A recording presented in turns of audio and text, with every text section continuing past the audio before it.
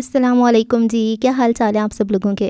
میں امید کرتی ہوں کہ آپ سب بالکل ٹھیک ہوں گے، خیریت سے ہوں گے۔ آج ہم ایک مکمل ناول پڑھنے والے ہیں نیاب جیلانی کا، جس کا نام ہے گرد کے پار۔ اور یہ ناول اتنا اچھا ہے، اتنا اچھا ہے، اتنا اچھا ہے، اتنا اتنا اتنا اتنا بہت اچھا ہے، اتنا اچھا ہے، میرا دل کرے میں اس کے بارے میں کچھ بولوں ہی نہ کہ آپ کا سسپینس نہ کہیں خراب ہو جائے، کہیں کچھ ایسی میں بات نہ کر دوں جو کہ آپ کو نہیں پتہ ہونی چاہیے۔ اچھا، ناول ہے ایک میرڈ کپل کے بارے میں جو کہ جن کی شادی کو 6 سال گزر گئے ہیں، ان کی کہانی ہے۔ شادی کے بعد والی مطلب ساری کی ساری زندگی ہے۔ جو ہماری ہیروئن ہے، مطلب جو وائف ہیں، وہ ایک بہت ہی ویل سیٹلڈ گھرانے سے تعلق رکھتی ہیں، جن کے جو کہ ہل کے پانی بھی نہیں پیتے، مطلب جن کے گھر میں بہت زیادہ نوکر وغیرہ ہوتے ہیں، اور اس کا جو سسرال ہوتا ہے وہ مڈل کلاس ہوتے ہیں، ان میں سارے کام بہوؤں کو ہی کرنا ہوتا ہے۔ تو ایک بہت ہی اچھی کہانی ہے، اتنی اچھی ہے، اتنی اچھی ہے، میں آپ کو کیا بتاؤں کتنی اچھی ہے۔ یہ ناول پڑھ کے ہی آپ کو پتہ چلے گا۔ بغیر وقت ضائع کیے ناول کا آغاز کرتے ہیں۔ چینل کو سبسکرائب کر لیں اگر آپ نے پہلے سے نہیں کیا ہوا، یہ بہت لازمی بات ہے، کیونکہ یہ ناول پڑھنے کے بعد بھی آپ سبسکرائب کریں گے ہی کریں گے، اتنا اچھا ناول ہے، تو پہلے کر لیں، ہے نا، بعد میں آپ تالیاں بجا لینا۔ چلیں جی، ناول کا آغاز کرتے ہیں۔ رات کو چھاجو مینا برستا رہا تھا۔ طوفان اندر کا ہو یا باہر کا، ہمیشہ تباہ کاری ہی مچاتا ہے۔ رات بھر برسنے والی بارش نے صرف وجود سے باہر نہیں بلکہ اندر بھی اودھم مچا رکھا تھا، اور پھر بارش رکنے کے بعد بھی کہیں اندر بھیگ رہا تھا۔ اس نے کھڑکی کے دونوں پٹ کھول کر نیچے جھانکا تو ہر طرف کیچڑ اور گندگی کے سوا کچھ نظر نہ آیا۔ گلیوں میں مٹی اور جگہ جگہ پڑے کوڑے کے ڈھیر کی وجہ سے بہت غلیظ بدبو اٹھ رہی تھی۔ سڑک کے دونوں طرف نئے نئے تعمیر شدہ ڈبل سٹوری گھر تھے۔ جیسے یہ گھر جدید طرز کے تعمیر ہوئے تھے، ایسے ہی ان گھر کے مکین بھی نئے نئے امیر ہوئے تھے۔ ایک ہی لائن میں بنے 3 گھر تو انس کے ان 3 دوستوں کے تھے جو میٹرک اور FSC کے بعد تعلیم کو خیر آباد کر کے ملک سے باہر نکل گئے تھے۔ تنویر دبئی، عمار ملیشیا اور محسن اپنی کزن پلس منکوہا کے توسط سے امریکہ سیٹلڈ ہو گیا تھا۔ اتفاق سے تنویر، عمار اور محسن آپس میں کزنز بھی تھے۔ اگرچہ کوکب کالونی کی اس اسٹریٹ پر بڑی بڑی کوٹھیاں تعمیر ہو گئی تھیں، تاہم ذہنی طور پر یہاں کے لوگ ابھی تک پسماندہ تھے۔ اکثریت ان لوگوں کی تھی جو دیہات سے اٹھ کر آئے تھے۔ انہی میں ایک انس کے والد تھے، جو اپنی مختصر سی زمین کو بیچ کر شہر میں آباد ہوئے تھے۔ یہاں آ کر انہوں نے کریانے کی دکان کھول لی تھی۔ شاید وہ ایک اچھی خوشحال زندگی گزار پاتے اگر انس کے والد کا انتقال نہ ہو جاتا۔ والد کی وفات کے بعد انس کی امی نے کیسے اتنا طویل اور مشکل وقت گزار کر انس کو اعلیٰ تعلیم دلوائی تھی، ایک الگ کہانی تھی۔ سلائی مشین چلا چلا کر ان کے کندھے جھک گئے تھے۔ نظر جاتی رہی تھی، مگر انس کے اچھے مستقبل کے لیے وہ ہر قربانی دینے کے لیے تیار تھیں۔ تعلیم مکمل کر کے کچھ عرصہ بے روزگاری کی اذیت سہنے کے بعد قسمت اچانک اس پہ مہربان ہو گئی تھی۔ نہ صرف بہت مناسب سیلری پیکج پر جاب مل گئی بلکہ اچانک ہی اس کا رشتہ بھی ہو گیا۔ ہوا کچھ اس طرح کہ جس کمپنی میں بطور مینیجر وہ نیا اپوائنٹ ہوا تھا، اسی کمپنی کے سینئر آفیسر نے انس کو بطور داماد پسند کر لیا تھا۔ وہ ایک مہربان اور جوہر شناس آدمی تھے اور ایک ڈیپوٹیشن کے ہمراہ آئے تھے۔ مختصر سی ملاقات کے بعد انہوں نے بسد اصرار انس سے فون نمبر اور ایڈریس وغیرہ لے لیا تھا۔ پھر اگلے 4-5 ماہ کے دوران وہ کئی مرتبہ پنڈی آتے رہے۔ ہر دفعہ انس سے ملاقات کے بعد ان کے مزاج میں اور بھی تبدیلی اور نرمی آ جاتی۔ کچھ عرصہ بعد وہ انس کی امی سے ملنے ان کے گھر بھی آ گئے۔ انہی دنوں میں اکرام صاحب کی علالت کا پتہ چلا، تب انس اور اس کی امی اچھے تعلقات اور اکرام صاحب کے بہترین برتاؤ کی وجہ سے ان کی عیادت کے لیے لاہور گئے تھے۔ وہیں امی نے شفا کو دیکھا اور پسند کر لیا۔ دیکھا جاتا تو شفا اور انس کا کوئی جوڑ نہیں بنتا تھا۔ ان کے رہن سہن، سٹیٹس، مزاج، رکھ رکھاؤ اور برتاؤ سب میں زمین آسمان کا فرق تھا۔ شفا کے بارے میں بھی سننے میں آیا تھا کہ وہ صرف حسین ہی نہیں بلکہ بہت نخریلی اور نازک مزاج لڑکی ہے۔ ایسی باتیں سن کر انس نے دبے دبے لفظوں میں ماں کو سمجھانے کی کوشش بھی کی تھی، مگر اس وقت امی اکرام صاحب کے اخلاق اور شفا کے حسن سے اتنی متاثر تھیں کہ اس کی ایک نہ سنی۔ پھر یہ بات تو انس کو بعد میں پتہ چلی تھی کہ شفا کی ممی اور 4 بڑی بہنوں سمیت کوئی بھی انس کے ساتھ اس رشتے پر خوش نہیں تھا، مگر اکرام صاحب کے سامنے کسی کی ایک نہیں چلی تھی، اور محض چند مہینوں کے اندر اندر انس اور شفا کی شادی ہو گئی۔ انس شادی کے بعد بہت کم اپنے سسرال گیا تھا، بس شفا سے اس کے والد آ کر مل جاتے تھے یا پھر ساتھ بھی لے جاتے، مگر یہ سلسلہ اکرام صاحب کی اچانک وفات کے بعد رک سا گیا تھا۔ کچھ شہزادی اور مونس کی پیدائش کے بعد شفا خود بھی لوکل ٹرانسپورٹ سے سفر کرنے اور آنے جانے سے گھبرانے لگی تھی۔ شفا کا مزاج عجیب تھا، وہ بیک وقت ظالم اور مظلوم دونوں روپ اپنا لیتی تھی۔ اس کے مزاج میں نخوت تھی۔ وہ انس کے گھر کی ایک ایک چیز کا موازنہ میکے والے گھر سے کیا کرتی تھی۔ اگرچہ اس نے زبان سے کبھی اظہار نہیں کیا تھا، مگر انس جانتا تھا وہ اس کے گھر میں آ کر خوش نہیں ہے۔ وہ بہت کم گو تھی، زیادہ تر سنجیدہ رہتی تھی۔ شفا کا یہ رویہ صرف انس کے ساتھ ہی نہیں بلکہ اس کی 2 چھوٹی بہنوں کے ساتھ بھی ایسا ہی سرد قسم کا تھا، اور امی کو تو شاید وہ کسی گنتی میں شمار ہی نہیں کرتی تھی۔ ان 6.5 سالوں میں انس نے کبھی بھی شفا کو اپنی ماں کے ساتھ بیٹھ کر بات چیت کرتے یا ہنستے مسکراتے نہیں دیکھا تھا۔ اس کی کم گوئی یا نخریلا پن اب سنجیدگی میں بدل چکا تھا۔ کبھی کبھی انس کے لیے شفا کی سنجیدگی کو برداشت کرنا ایک عذاب بن جاتا تھا، اور اس کا دل چاہتا وہ چیخ چیخ کر یا تو اس بت کے اندر جان ڈال دے یا پھر خود بھی کسی پتھر کی بے جان بت میں تبدیل ہو جائے۔ خاموشی اور سنجیدگی اس کے مزاج کا حصہ نہیں تھی، اتنا تو وہ جانتا ہی تھا۔ بس فرق اتنا تھا، انس کی زندگی میں شامل ہو کر وہ گھٹ گھٹ کر جینے لگی تھی۔ شاید وہ خود بھی اس بوجھل گھٹن زدہ زندگی سے تنگ آ چکی تھی، مگر واپسی کا چونکہ اس کے پاس کوئی راستہ نہیں تھا، سو مارے باندھے وقت گزارنا اس کی مجبوری کے علاوہ اور کیا ہو سکتا تھا۔ جو فاصلے اول روز سے ان کے درمیان در آئے تھے وہ آج تک قائم تھے۔ نہ تو شفا نے ان فاصلوں کو کم کرنا چاہا تھا اور نہ انس کو اپنے گرد حصار بنائے کے اندر داخل ہونے دیا تھا۔ انس کو اپنی ذات میں خوار کرنے کے لیے یہ احساس کیا کم تھا کہ وہ کسی کے لیے انچاہا ہے، ناپسندیدہ ہے۔ وہ کسی بوجھ کی طرح شفا کے ضبط اور صبر کو آزماتا ہے۔ وہ جب بھی اس کی طرف بڑھنے کی کوشش کرتا، شفا کی اپنی خود ساختہ حدود، رویے اور گہری چپ اسے رک جانے پہ مجبور کر دیتی تھی۔ یہ گزشتہ رات کا ہی تو قصہ تھا، گزری ہوئی خاموش رات جب اچانک آسمان سے مینا برسنے لگا تھا، آندھی و طوفان کے جھکڑ چلنے لگے تھے، گرد کے بگولے اڑنے لگے تھے۔ تب شفا نے بچوں کے بستر لگاتے ہوئے اسے بہت سرسری انداز میں بتایا تھا، خیام کا رشتہ طے ہو گیا تھا۔ اس کا لہجہ ہمیشہ کی طرح لاتعلق تھا، گویا خیام اس کا سگا بڑا بھائی نہ ہو بلکہ کوئی پڑوسی ہو۔ بہت دیر تک شفا کے مزید بولنے کا انتظار کرنے کے بعد بالآخر انس کو ہی زبان کھولنی پڑی تھی، ورنہ وہ تو 2 لفظ بول کے اب بھاگ کر لاؤنج، اسٹور، کچن وغیرہ کی کھڑکیاں دروازے بند کر رہی تھی۔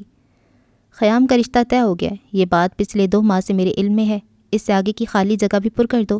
کیا ڈیٹ فکس ہو گئی؟ نہ چاہتی ہوئے بھی انس کا لہجہ سخت ہو گیا تھا۔ دراصل خیام کا رشتہ طے ہو جانے کے بعد شادی کی ڈیٹ فکس ہونے کا مطلب تھا ایک لمبا چوڑا خرچہ۔ وہ دل ہی دل میں گہری پریشانی کو چھپائے تخمینے لگانے لگا تھا۔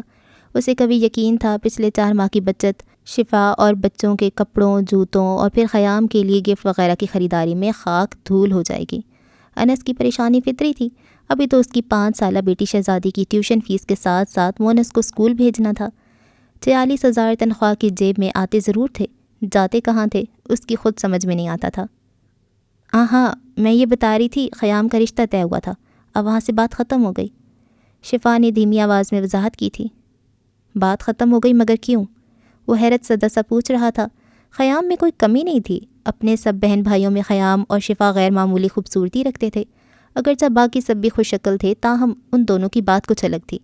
خیام کی جاب بھی بہترین تھی۔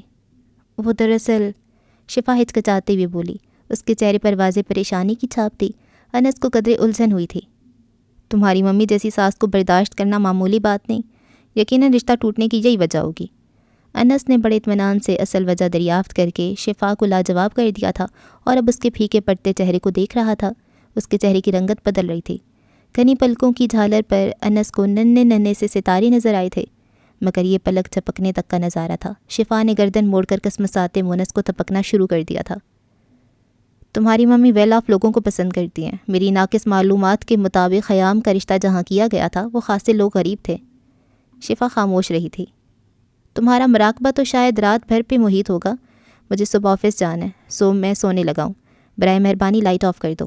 انس نے انتہائی غصے سے تکیہ اٹھا کر سیدھا کیا اور اندرونی جھنجھلاہٹ چھپاتے ہوئے سر پہ کمبل کھینچ لیا، اور جیسے اس کے پاس کہنے کو کچھ نہیں تھا۔ انس، اسے شفا کی ہلکی سی آواز سنائی دی تھی۔ انس نے کوئی توجہ نہیں دی تھی۔ شفا کی منمناہٹ پر اچانک امڑ آنے والی نیند غالب آ گئی تھی۔ آپ سو گئے ہیں انس؟ گہری نیند میں جاتے ہوئے انس کو محسوس ہوا تھا کہ شفا بہت آہستگی کے ساتھ اس کا کندھا ہلا کر جگانے کی کوشش کر رہی ہے۔ سورج کی شفاف کرنوں کے بکھرتے ہی شفا کے پیروں میں پہیے لگ جاتے تھے۔ اگرچہ وہ انس کی پوری تیاری کر کے رات کو سوتی تھی، تاہم پھر بھی عین وقت پر کچھ نہ کچھ ضرور رہ جاتا تھا جو بدمزگی کا سبب بنتا۔ اسی طرح شہزادی کی تیاری بھی بہت صبر آزما مرحلہ تھا۔ وہ بہت نخریلی بچی تھی۔ شفا کو اپنی بیٹی کا نخرہ سلوہ آپی کی طرح لگتا تھا۔ اس کی بڑی تینوں بہنیں ہی خاصی نخریلی اور نازک مزاج تھیں، اور شہزادی بھی شاید اپنی خلاؤں پر چلی گئی تھی۔ اس کا نام امی نے شہزادی رکھا تھا، سو مزاج بھی شہزادیوں جیسا پایا تھا۔ شہزادی کو تیار کر کے وہ کچن میں فٹافٹ ناشتہ بنا رہی تھی جب انس بھی تیار ہو کر آ گیا۔ عموماً وہ اپنی تیاری کے دوران شفا کو بلا وجہ واضح دے کر بخلاتا ہرگز نہیں تھا، خاموشی کے ساتھ تیار ہو کر ناشتہ کرتا اور آفس چلا جاتا۔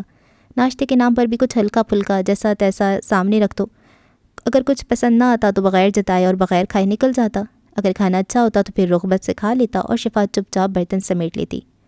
آج صبح انس کچن میں رکھے موڑے پر بیٹھ گیا تھا۔ شفا نے پھرتی کے ساتھ میز پر ناشتے کے لوازمات چن دیے تھے، تب شہزادی بھی کچن میں داخل ہوئی۔ پاپا، مجھے اسکوائر ایکسرسائز بک اور پرائم لینا ہے۔ اپنی عادت کے عین مطابق اسکول جانے ہوئے اسے اپنی ضروری چیزیں یاد آ رہی تھیں، اور اس کی فہرست سن کر انس کے ماتھے پہ بل پڑ گئے۔ کم از کم اس کا اسکول بیگ تو چیک کر لیا کرو، ہر وقت مراقبے میں کھونا اور سوچوں میں گم رہنا۔ نکل آؤ ماضی کی بھول بھلائیوں سے، حقیقت کو فیس کرو، یہی اصل زندگی ہے۔ انس کی بے وقت جھاڑنے اور ماضی کی بھول بھلائیوں والے تانے نے شفا کے دل کو ٹیس پہنچائی تھی۔ وہ بھلا کون سے ماضی کو سوچ رہی تھی؟ اس کے ذہن میں تو مونس کا ایڈمیشن چکرا رہا تھا، مگر ہمیشہ کی طرح بات بڑھانے کے بجائے اس نے انس کو جواب دے کر منہ ماری کرنے سے پرہیز کیا تھا، اور انس جو اسے بولنے پہ اکسا رہا تھا اپنی بات ضائع جاتے دیکھ کر اور بھی چڑھ گیا۔ منہ میں گھگنیاں ڈال کر بیٹھ جاتی ہو، کوئی بے شک جتنا مرضی بھونکتا رہے۔ اسے ایک دم غصہ آ گیا، مگر شہزادی کی موجودگی میں اسے اپنے لہجے پر کنٹرول رکھنا پڑا تھا۔ شہزادی کو ناشتہ کروا دو، میں امی کے کمرے میں ہوں۔ انس چائے کا کپ اٹھا کر امی کی مزاج پرسی کرنے ان کے کمرے میں چلا گیا تھا۔ شفا نے سینے کی قید سے ایک تھکا تھکا سا سانس خارج کرنے کی کوشش کی تھی۔ وہ جانتی تھی امی کے کمرے سے باہر آ کر انس کا موڈ پہلے جیسا فریش ہرگز نہیں رہے گا، اور یہ تو ہمیشہ سے ہوتا آ رہا تھا۔ وہ دھندلی نظروں سے انس کی پشت کو دیکھ رہی تھی۔ وہ چائے کے چھوٹے چھوٹے گھونٹ لیتا امی کے کمرے میں داخل ہوا تھا۔ امی ہمیشہ کی طرح گرم بستر میں دبکی تسبیح پڑھ رہی تھیں۔ اسے آتے دیکھ کر انہوں نے تسبیح ایک طرف رکھ دی تھی۔ دفتر جا رہے ہو بیٹا؟ انہوں نے ہمیشہ کی طرح اس کے ماتھے پہ پیار کیا تھا۔ انس نے اس بات میں سر ہلایا۔ ناشتہ کر لیا ہے؟ ان کا دوسرا سوال بھی معمول کے مطابق تھا۔ جی امی۔ انس نے کپ خالی کر کے میز پہ رکھ دیا۔ اب وہ پائنیتی کی طرف بیٹھ کر دھیرے دھیرے امی کے پیر دبا رہا تھا۔ تمہاری بیوی نے اب تک ناشتہ نہیں بنایا؟ اتنے سال ہو گئے مگر اسے کھانا پکانا نہیں آ سکا۔ ان کا تیسرا جملہ بھی معمول کے مطابق تھا۔ امی کو شفا سے انس کی طرح بہت سے گلے تھے، جن میں سر فہرست یہی شکوہ تھا کہ شفا کو کھانا اچھا بنانا نہیں آتا۔ بس امی گزارا تو ہو ہی جاتا ہے، اس نے دبے دبے سے لہجے میں کہا تھا۔ وہ صبح صبح شکوے شکایات کے دفتر نہیں سننا چاہتا تھا۔ گزارا ہی تو کر رہے ہو، امی نے ٹھنڈی آہ بھری۔ چینی کی مورت اٹھا لائے، نہ سینہ پر ہونا آتا ہے نہ کھانا پکانا۔ یہ شکوہ بھی برسوں پرانا تھا۔ جب سے وہ اس گھر میں آئی تھی انس مسلسل یہی سنتا آ رہا تھا، اور یہ بات کسی حد تک ٹھیک بھی تھی۔ شفا کو حقیقت میں بٹن ٹانکنا بھی نہیں آتا تھا۔ یہ شادی کے شروع دنوں کی بات تھی، جب روٹین لائف کے شروع ہوتی ہی انس کو دفتر جانے کے لیے تیار ہونا پڑا۔ تب وہ اپنی شرٹس کا ڈھیر اٹھائے آٹا گوندنے میں الجھی شفا کے پاس لے آیا تھا۔ ان کے بٹن ٹوٹے ہوئے ہیں، فارغ ہو جاؤ تو لگا دینا۔ اس نے وہ سارا ڈھیر تخت پہ رکھ دیا تھا، جسے دیکھ کر شفا کو ہول اٹھ رہے تھے۔ اپنے میکے میں وہ کچن سمیت دیگر ہر جھنجھٹ سے آزاد تھی، مگر یہ آزادی تب سلب ہو گئی تھی جب شفا کے پاپا نے اچانک ایک مڈل کلاس فیملی میں اس کا رشتہ طے کر دیا تھا۔ انس کے پروپوزل کے تقریباً گھر کے ہر فرد نے مخالفت کی تھی۔ اس کی ممی اور بہنیں انس کے ساتھ شادی پر راضی نہیں تھیں، تاہم انس سے ملنے کے بعد اس کے بھائی ذیشان اور خیام کے خیالات بدل گئے تھے۔ انہیں انس بہت پسند آیا تھا، خصوصاً خیام انس کو دیکھ کر بہت متاثر ہوا تھا، اور خیام نے ہی سب سے زیادہ اس رشتے کی حمایت کی تھی۔ اس نے ممی کو نہ جانے کیسے قائل کیا تھا، حالانکہ ممی کی بھی طرح شفا کی شادی مڈل کلاس فیملی میں نہیں کرنا چاہتی تھی، مگر انس کو دیکھ کر وہ کچھ تذبذب کا شکار ہو گئی تھی۔ اپنے بڑے تینوں دامادوں کی نسبت انس کی وجاہت دیکھ کر انہیں خاموش ہونا پڑا تھا۔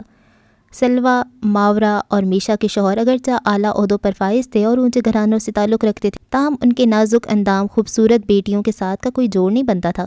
سو انس کے ایک پلس پوائنٹ کو مد نظر رکھ کر اس کی شادی انس سے کر دی گئی تھی۔ اسے یاد تھا شادی سے 2 دن پہلے سلوہ آپی نے اسے سمجھاتے ہوئے کہا تھا، مڈل کلاس فیملی سے ہے، خوب دبا کے رکھنا، اس کی ماں بہنوں کو بھی سر پہ چڑھانے کی ضرورت نہیں ہے۔ سلوہ آپی کی یہ نصیحتیں سسرال میں آ کر خود بخود خاک دھول ہو گئی تھیں۔ جب ساس نے پہلی رات ہی سمجھا دیا، بہو رانی، پورے خاندان کی لڑکیوں کو ایک طرف کر کے تمہیں بیاہ کر لائی ہوں، میرے اکلوتے بیٹے کو سنبھال کر مت بیٹھ جانا، اپنی عمر بھر کی کمائی تمہارے حوالے کر دی ہے، دیکھو لاج رکھ لینا ہماری۔ انس کی امی نے جو پہلی رات اسے سبق پڑھایا تھا وہ اس کے ذہن کی سلیٹ پہ گویا جم گیا۔ رہی صحیح کسر انس نے پوری کر دی۔ اس کا سیاق و سباق بھی تقریباً امی کی عزت، خدمت اور اس کی بہنوں کے ساتھ پیار سلوک کے گرد ہی گھومتا رہا تھا۔ شفا کو وہ کوئی لیکچرر معلوم ہو رہا تھا، تاہم ایک بات اسے اچھی طرح سے سمجھ میں آ گئی تھی کہ آج کے بعد اس کی اپنی ذات کہیں دور، بہت دور کھو گئی ہے۔ یہاں سب سے پہلے انس کی ماں، بہنیں، پھر خود انس اور بعد میں بچے۔ اس کی اپنی ذات تو کہیں بھی نہیں تھی۔ اتنے سارے لوگوں نے اس اکیلی سے بے شمار توقعات وابستہ کر لی تھیں اور اسے ان کی توقعات پہ پورا اترنا ہی تھا۔ اور انس کو لگتا تھا وہ اس ماحول میں ابھی تک اجنبیت محسوس کرتی ہے، وہ یہاں خوش نہیں، ایک سمجھوتا بھری زندگی گزار رہی ہے۔ انس کی ان سوچوں پر امی کے تبصرے اکثر مہر کا کام کر دیتے تھے۔ ارے عید کی عید بھی نہیں مسکراتی، جانے کس کا غم جان کو لگائے بیٹھی ہے۔ امی بغیر نتائج کی پرواہ کیے بے لاگ تبصرے کیے جاتی تھیں، اس بات کو جانے بغیر کہ انس پر ان کے الفاظ کس کس انداز میں اثر انداز ہوتے تھے اور وہ کہاں کہاں اسے ذہنی اذیت میں مبتلا کر دیتی تھیں۔ اتنے سالوں میں ایک روز بھی اسے خوش نہیں دیکھا۔ وہ مایوسی کے عالم میں ہاتھ ملتی تھیں اور کبھی اس کے سر جھاڑ منہ پہاڑ حلیے کو دیکھ کر بولے بنا نہ رہتی۔ بیاہتا لگتی ہی نہیں، کبھی شوہر کے آنے سے پہلے سنگھاری کر لیا ہوتا۔ وہ جو مشین لگائے دھڑا دھڑ کپڑے دھو رہی ہوتی، ان کے مشورے سن کر دل محسوس کر رہ جاتی، تاہم قریب ہی موجود انس کو کڑنے کے لیے ایک اور پہلو نظر آ جاتا۔ کیا ضرورت ہے بننے سمر کی؟ یہاں کون سا اعداد و تحسین کے ڈونگرے برسانے والے موجود ہیں؟ کبھی کبھی اس کی کڑھن زبان پر بھی آ جاتی تھی، تب وہ پیر پٹک کر باہر نکل جاتا، تاہم شفا کے لیے اس کے دل میں گرا ضرور پڑ جاتی تھی۔ جیسا کہ اس وقت امی کے الفاظ اس کا موڈ بگاڑ رہے تھے، ان کا مزاج برہم ہو رہا تھا۔ اپنے چاؤ چونچلوں سے ہی فرصت نہیں، بھائی کا رشتہ طے ہو گیا، ادھر ننند کی کوئی فکر ہی نہیں، میری جان سولی پہ ٹنگی ہے۔ امی کو آپ دیدہ دیکھ کر انس مدھم پڑ گیا۔ آپ رابی کے لیے کیوں پریشان ہوتی ہیں؟ ابھی تو اس نے BA کیا ہے، کون سا عمر گزر رہی ہے؟ اس نے ماں کا ہاتھ ہولے سے دباتی ہوئی تسلی دینے کی کوشش کی تھی۔ اپنی نظروں کے سامنے رابی کو وداع کرنا چاہتی ہوں، میری خواہش غلط تو نہیں؟ وہ قدرے برہم انداز میں بول رہی تھیں۔ مگر امی اچھے رشتے درختوں پر نہیں اگتے، میں نے کچھ لوگوں کو کہہ رکھا ہے، اللہ جلدی کوئی بہتر سبیل نکالے گا۔ انس پر امید تھا مگر امی کی گھبراہٹ کم نہیں ہو رہی تھی۔ خیام کا رشتہ طے ہونے کا سن کر تو انہیں ہول اٹھ رہے تھے۔ اتنا نہ ہوا کہ ننند کی بات ہی چلا دیتی، اس کے تو ہاتھ میں تھا، ماں سے کہتی تو ہو جاتا، مگر کاہے کو کرتی؟ امی بڑبڑائیں۔ کیا مطلب؟ میں سمجھا نہیں امی، انس نے فکر مندی سے پوچھا۔ کچھ نہیں بیٹا، ایسی خیال آیا تھا۔ کیسا خیال؟ وہ ایسے ہی بات نظر انداز کرنے والا نہیں تھا۔ امی گویا پھنس کر رہ گئی تھی، پھر کچھ سوچتی ہوئی ذرا دبے لہجے میں بولی، خیام کا رشتہ طے ہو گیا؟ انس نے گہرا سانس خارج کر کے کہا، ہوا تھا اور اب ٹوٹ بھی گیا۔ ارے وہ کیوں؟ امی کا منہ کھلا رہ گیا تھا۔ یہ تو نہیں پتہ، وہ اپنی جگہ سے اٹھتے ہوئے بولا۔ کیسی گھنی ہے، بتایا ہی نہیں؟ امی نے زیر لب بڑبڑاتے ہوئے کہا، تبھی شہزادی کمرے میں جھانک کر قدر خفگی سے بولی تھی، پاپا میں لیٹ ہو رہی ہوں۔ انس اپنی کھٹارا سی مہران کی چابی اٹھا کر امی کو اللہ حافظ کہتا باہر نکل آیا تھا۔ شہزادی اس کے برابر چل رہی تھی اور شفا اس کا لنچ باکس اور بیگ اٹھائے تقریباً بھاگتے ہوئے ان کے پیچھے آ رہی تھی۔ گاڑی کے پاس پہنچ کر اس نے پھولی سانسوں سمیت دھیمی آواز میں کہا، انس آپ سے ایک بات کرنا تھی۔ تمہیں ہمیشہ گیٹ کے پاس پہنچ کر یا سونے کے وقت ہی ضروری باتیں یاد آتی ہیں؟ اس کے ہاتھ سے لنچ باکس اور اسکول بیگ پکڑ کر فرنٹ سیٹ سنبھالتے ہوئے انس نے طنزیہ لہجے میں کہا تھا۔ شفا خفت زدہ سی وہیں سر جھکائے گہری سوچ میں ڈوب رہ کر رہ گئی تھی۔ شفا آج ناشتہ دو گی یا نہیں؟ اب تو آنٹی بھی سکڑ گئی ہیں۔ امی کی آواز سن کر تقریباً بھاگتے ہوئے کچن تک پہنچی۔ جیسے تیسے جلدی جلدی ناشتہ ٹرے میں سجا کر واپس لاؤنج میں آئی تو امی ٹرے کو دیکھ کر بیزار صورت بنائے بولی، پھر دلیا، ارے کب جان چھوڑو گی اس کی؟ مجھ سے یہ لئی اب نہیں کھائی جاتی۔ ان کا موڈ بگڑ گیا تھا۔ وہ جتنی خوش خوراک تھیں اتنا ہی ڈاکٹر نے انہیں پرہیز بتا رکھا تھا۔ عموماً شفا کھانے میں امی کی پسند کو مد نظر رکھ کر مینیو ترتیب دیتی تھی، اس کے باوجود امی کی بیزاری عروج پر ہوتی تھی۔ شاید بیماری نے انہیں چڑچڑا کر رکھا تھا اور بیماری کی ہی وجہ سے ان کی زبان کا ذائقہ بگڑ گیا تھا۔ کچھ بھی کیسا ہی کیوں نہ بنا کر پیش کیا جاتا، انہیں اس میں کوئی ذائقہ محسوس نہیں ہوتا تھا۔ انس کہہ رہے تھے صبح کے وقت آپ کو نرم غذا ہی دینا ہوگی، لنچ میں آپ جو کہیں گی بنا دوں گی۔ ٹرے تخت پہ رکھ کر وہ دوبارہ مختصر سے کچن میں کھڑے ہو کر برتن دھونے لگی تھی، تب رابی اور مونس بھی اٹھ کر کمروں سے باہر نکل آئے تھے۔ مونس کو نیند سے اٹھنے کے فوراً بعد ماں کی گود چاہیے ہوتی تھی، سو شفا کام ادھورا چھوڑ کر مونس کی ناز برداریوں میں لگ گئی۔ رات کی طوفان کی وجہ سے دھول مٹی سے ہر چیز اٹی پڑی تھی، گندگی گرد اور ہر چیز بکھری دیکھ کر اس کی نفاست پسند طبیعت بگڑ رہی تھی، مگر مونس کے لاڈ ختم نہیں ہو رہے تھے۔ بھابھی مجھے بس چائے دے دیں، رات سے فلو ہو رہا ہے۔ رابی کھانستے ہوئے ماں کے قریب ہی تخت پہ لیٹ گئی تھی، تب شفا سر ہلا کر پہلے رابی کو چائے دے کر آئی، پھر مونس کو ہزار جتن کے بعد ناشتہ کروا کر کھیلنے میں لگایا اور پھر خود کمر کس کے گھر کی صفائی میں جت گئی۔ کچھ دیر بعد رابی بھی اس کا ہاتھ بٹانے لگی۔ وہ عموماً صفائی وغیرہ کر دیا کرتی تھی، رات کا سالن بھی رابی بناتی تھی، البتہ آٹا گوندھ کر روٹی پکانا شفا کے ذمہ تھا۔ رابی بہت نرم خو حلیم مزاج رکھتی تھی، جبکہ رابی سے بڑی شازی کا مزاج خاص روکھا تھا۔ شاید شادی کے بعد اس کا مزاج بھی بدل گیا تھا۔ گھریلو تلخیاں مزاج پر کس طرح سے اثر انداز ہوتی ہیں یہ شفا سے بہتر کون جانتا تھا۔ رابی جس قدر نرم طبع تھی، انس اور امی اسی قدر روکھا مزاج رکھتے تھے۔ شفا کے لیے ان دونوں کو سمجھنا بہت مشکل تھا۔ جہاں اس کے میکے والوں کا ذکر آتا وہیں انس کے ماتھے پہ بل پڑ جاتے۔ انس شاذ و نادر ہی اس کے میکے جاتا تھا، اور جب چلا جاتا تو پھر اس کا کئی دن تک موڈ بحال نہیں ہوتا تھا۔ شادی کے شروع دن کے علاوہ تو کبھی وہ لاہور گیا ہی نہیں تھا، اور اس وقت جو تھوڑی بہت بدمزگیاں ہوئی تھیں ان کو بھلانا انس جیسے آدمی کے لیے قطعاً ناممکن تھا۔ جب بھی اسے موقع ملتا وہ جتائے بغیر نہیں رہتا تھا۔ اس وقت امی کا رویہ بھی انس کے ساتھ ٹھیک نہیں تھا۔ اس وقت سے انس کے دل میں ممی کے خلاف جو گرا پڑی تھی وہ آج تک کھل نہیں سکی تھی۔ البتہ ذیشان اور خیام کے متعلق انس کے خیالات کافی مختلف تھے۔